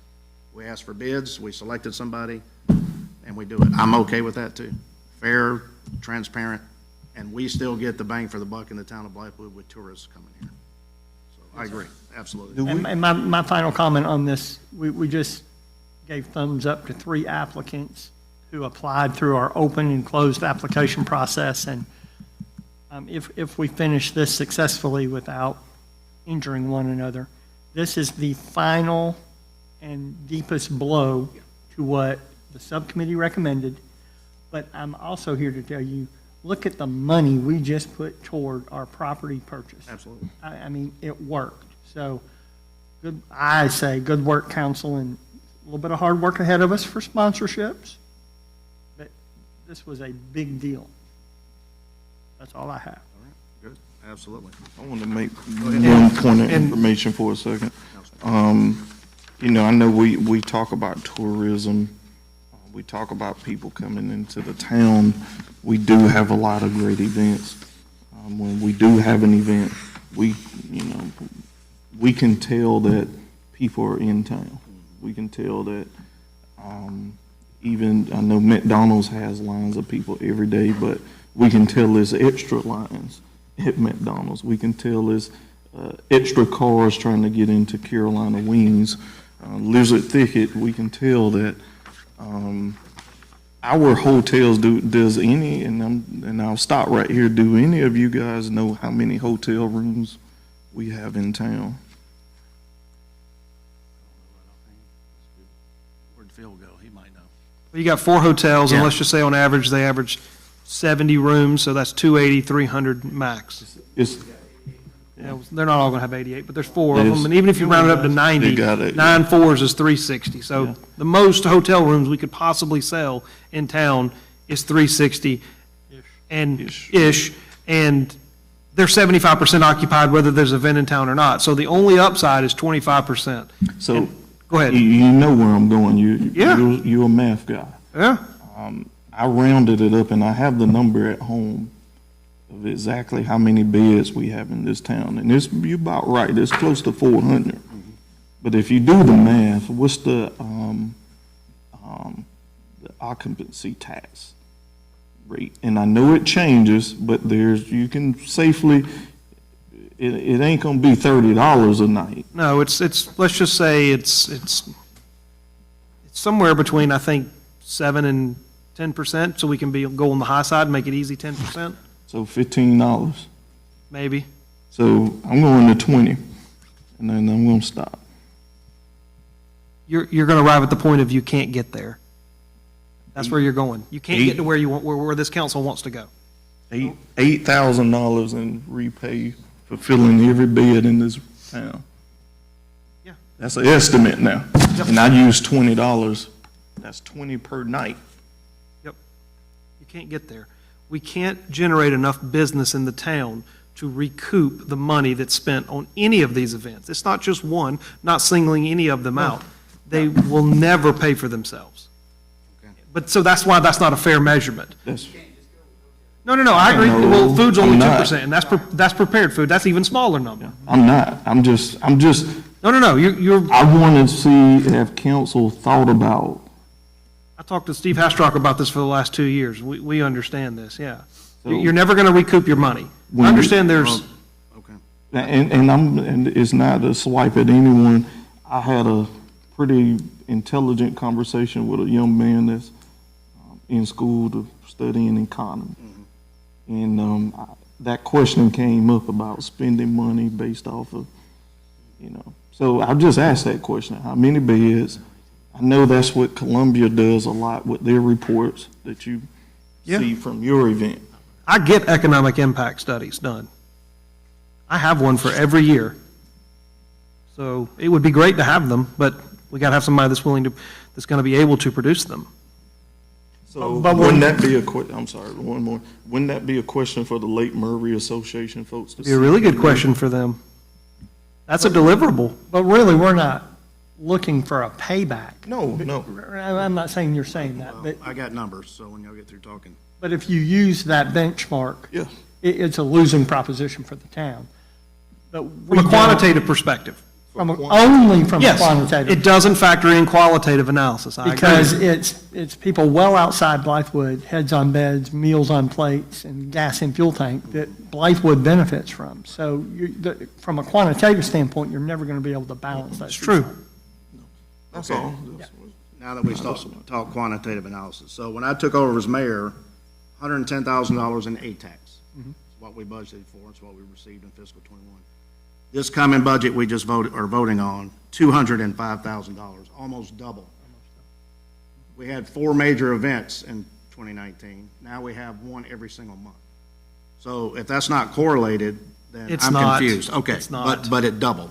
Here's Well, another We've one. also had 2 new hotels. Here's That's- another one. They're coming H-tax- regardless. H-tax revenue, H-tax, the gas and tanks, and 328,000, and now we're budgeting for 590,000. That's activity, that's growth, there's a I lot think of that's low. economic that's economic impact. Very low. Okay, Yeah. let me ask you a question, Mr. Mayor. Well, it could be 650. Mr. Mayor, do you believe that the driving factor for homes to suites coming to Blythewood was an event a month? No, absolutely not. Then They do their own your marketing analysis doesn't make sense to me. The driving factor to homes to suites is the interstate. Yeah, sure. And future growth. And yes, Yeah. I agree. So saying that we've got an event a month is the driving factor for these numbers increasing, no, that's false. I didn't say, I said there's a huge impact from all different things. When Scout comes, they're gonna build more hotels, if they come. You know what I mean? When? And it's 'cause they're gonna serve. They're gonna Yes. serve the community. No, I agree with that. Right. But I'm the just Scout's saying. not coming because we've got an event a month. I believe the argument was posed is that, are we really making a difference? I think that's what I heard Councilman Griffin, using my own words. Do these things really have an impact? Absolutely they do.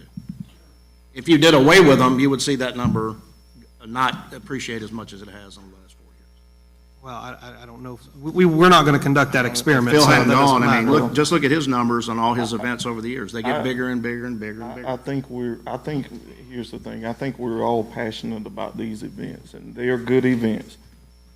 I know personally, I never heard any of us personally say they're bad events in town. We're looking at it from a budgetary standpoint, but that's hard pressed for us to lean on Home 2. Home 2 has a 80% booking rate. Week in and week out, right? That's every, I'm, Well, we're gonna look into that. yeah, So we're gonna get these I'm numbers. not guessing. I'm, We're gonna get these numbers. you know, it's a conversation that I think any of us can do. You can go ask them on their average booking. Well, we all spend time in the restaurants here. There's always someone traveling from upstate coming to Florida.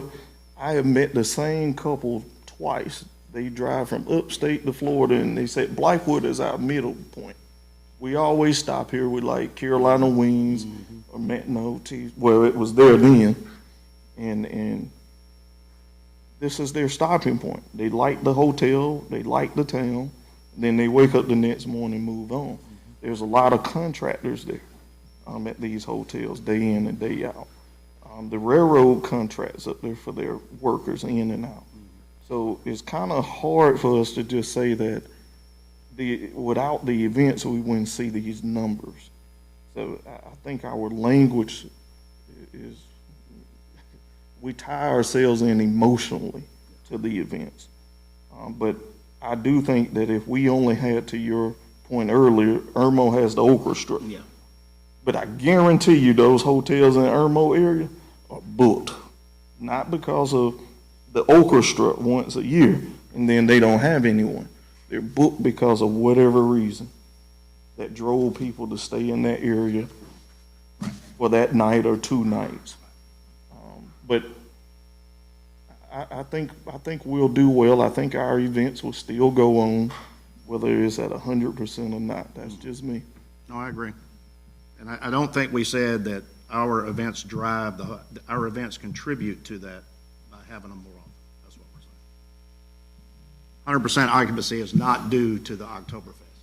But those people that do come and stay for Ribfest, Oktoberfest, they do contribute to that, is all we're saying. Well, the question is how much? Yeah, right. And we're that gonna- is, we're gonna and look into I that. think Councilman McKendrick and I have received some marching orders today, and, No, not yet. We can't do that this meeting anyway.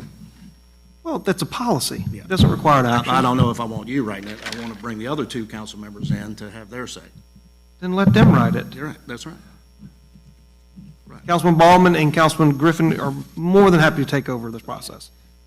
Well, Councilman Ballman says We'll no. get a committee established, because it's, No.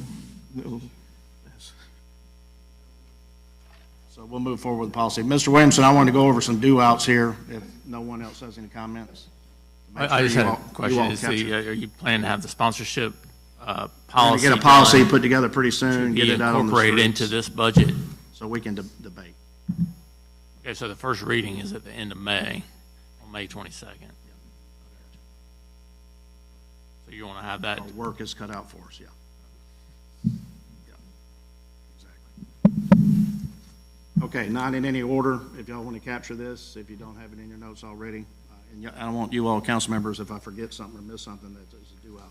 Real quick, plans for a new admin building.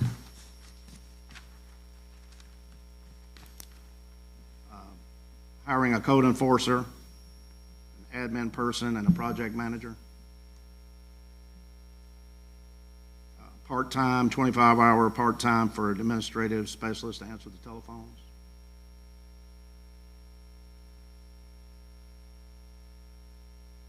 You said Kirk was going to some code enforcement training.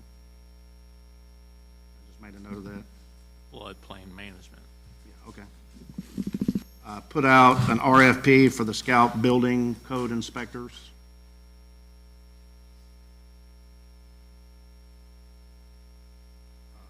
Figure out the lights around the trails, what we're gonna do with that. 2 new gates, one over here at the McLean property and one at the 4-acre property.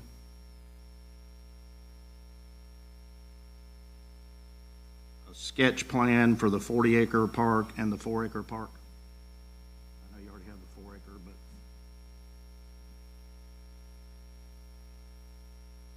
BHE gym, what's the way ahead with that?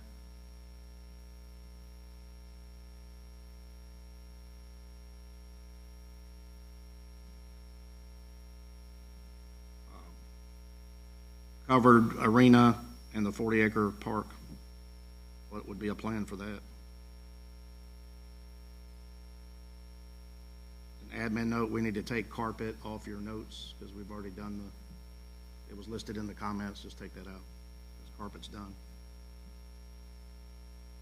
We were gonna adjust the security amount for our police officers 3 hours a day. I think we gave a new number, we had to add that number in there. Get the Historical Society Museum to come see us about the Veterans Memorial location to discuss that.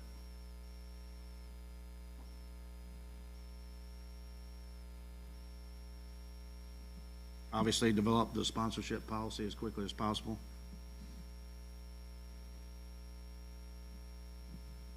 Last year, we talked about picnic shelters throughout the park, and this year we didn't talk about it. So is it something we want to bring up again? You had $1,000 for your vehicle maintenance services. Is that enough for all our fleet plus the tractor we just bought? You know, or should we bump that number up? I don't know what the answer is. I'm just saying, go back and look at it. We didn't talk about the bridge over I-77. I know you're working it. Well, so basically DOT said, don't worry about it because all that's going to change with the improvements they make. And so we'll Okay, deal with so that we'll later. And they hold. said they might even build it for us as part of that, but that's so in flux. But they said, don't try to apply for the grant that I was applying for. The Child's Theater inquiry, I think you said you sent us some information on that, or you're going to, so we can look at that for the next meeting. And then we need to look at the company that Councilman Griffin brought up about economic impact study and have that done. however they need to do it. But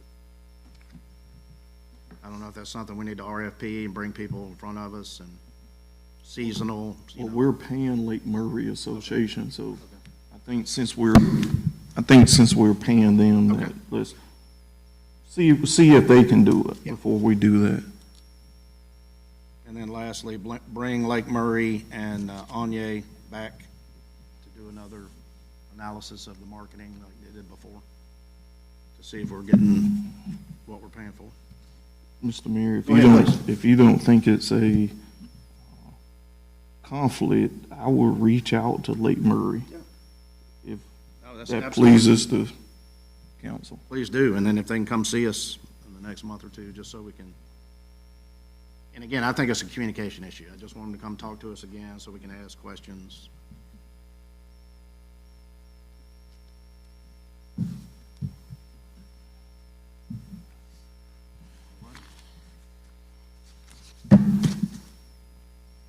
Comments from the council before we move to adjourn? No, sir. I appreciate the input, it's very good. I think we'll come to a good resolution. I agree with policy in place so that it's all fair and standardized, equitable. And we just got to move forward now and decide what we want to fund to bring tourists to town or not. And that'll be a vote of the council, so. All right, Ms. Williamson, any comments? When would you like to have this next workshop? Can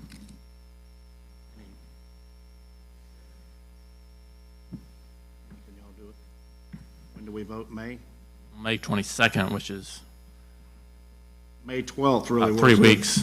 Let me see, May 12th works really good for me. That's Friday. Give us a couple, maybe we can.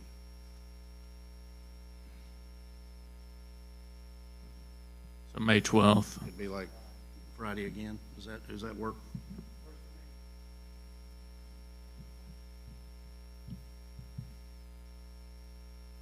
I mean, that's good for during the day. I mean, yeah, okay. Okay. I'll set the time. I mean, Same, right, 3 hours. well, we gotta check Christie's calendar too. Yeah. May 12th. Day in the morning. Eddie's getting out of here on time. Good right now. Ready? Do we have a motion?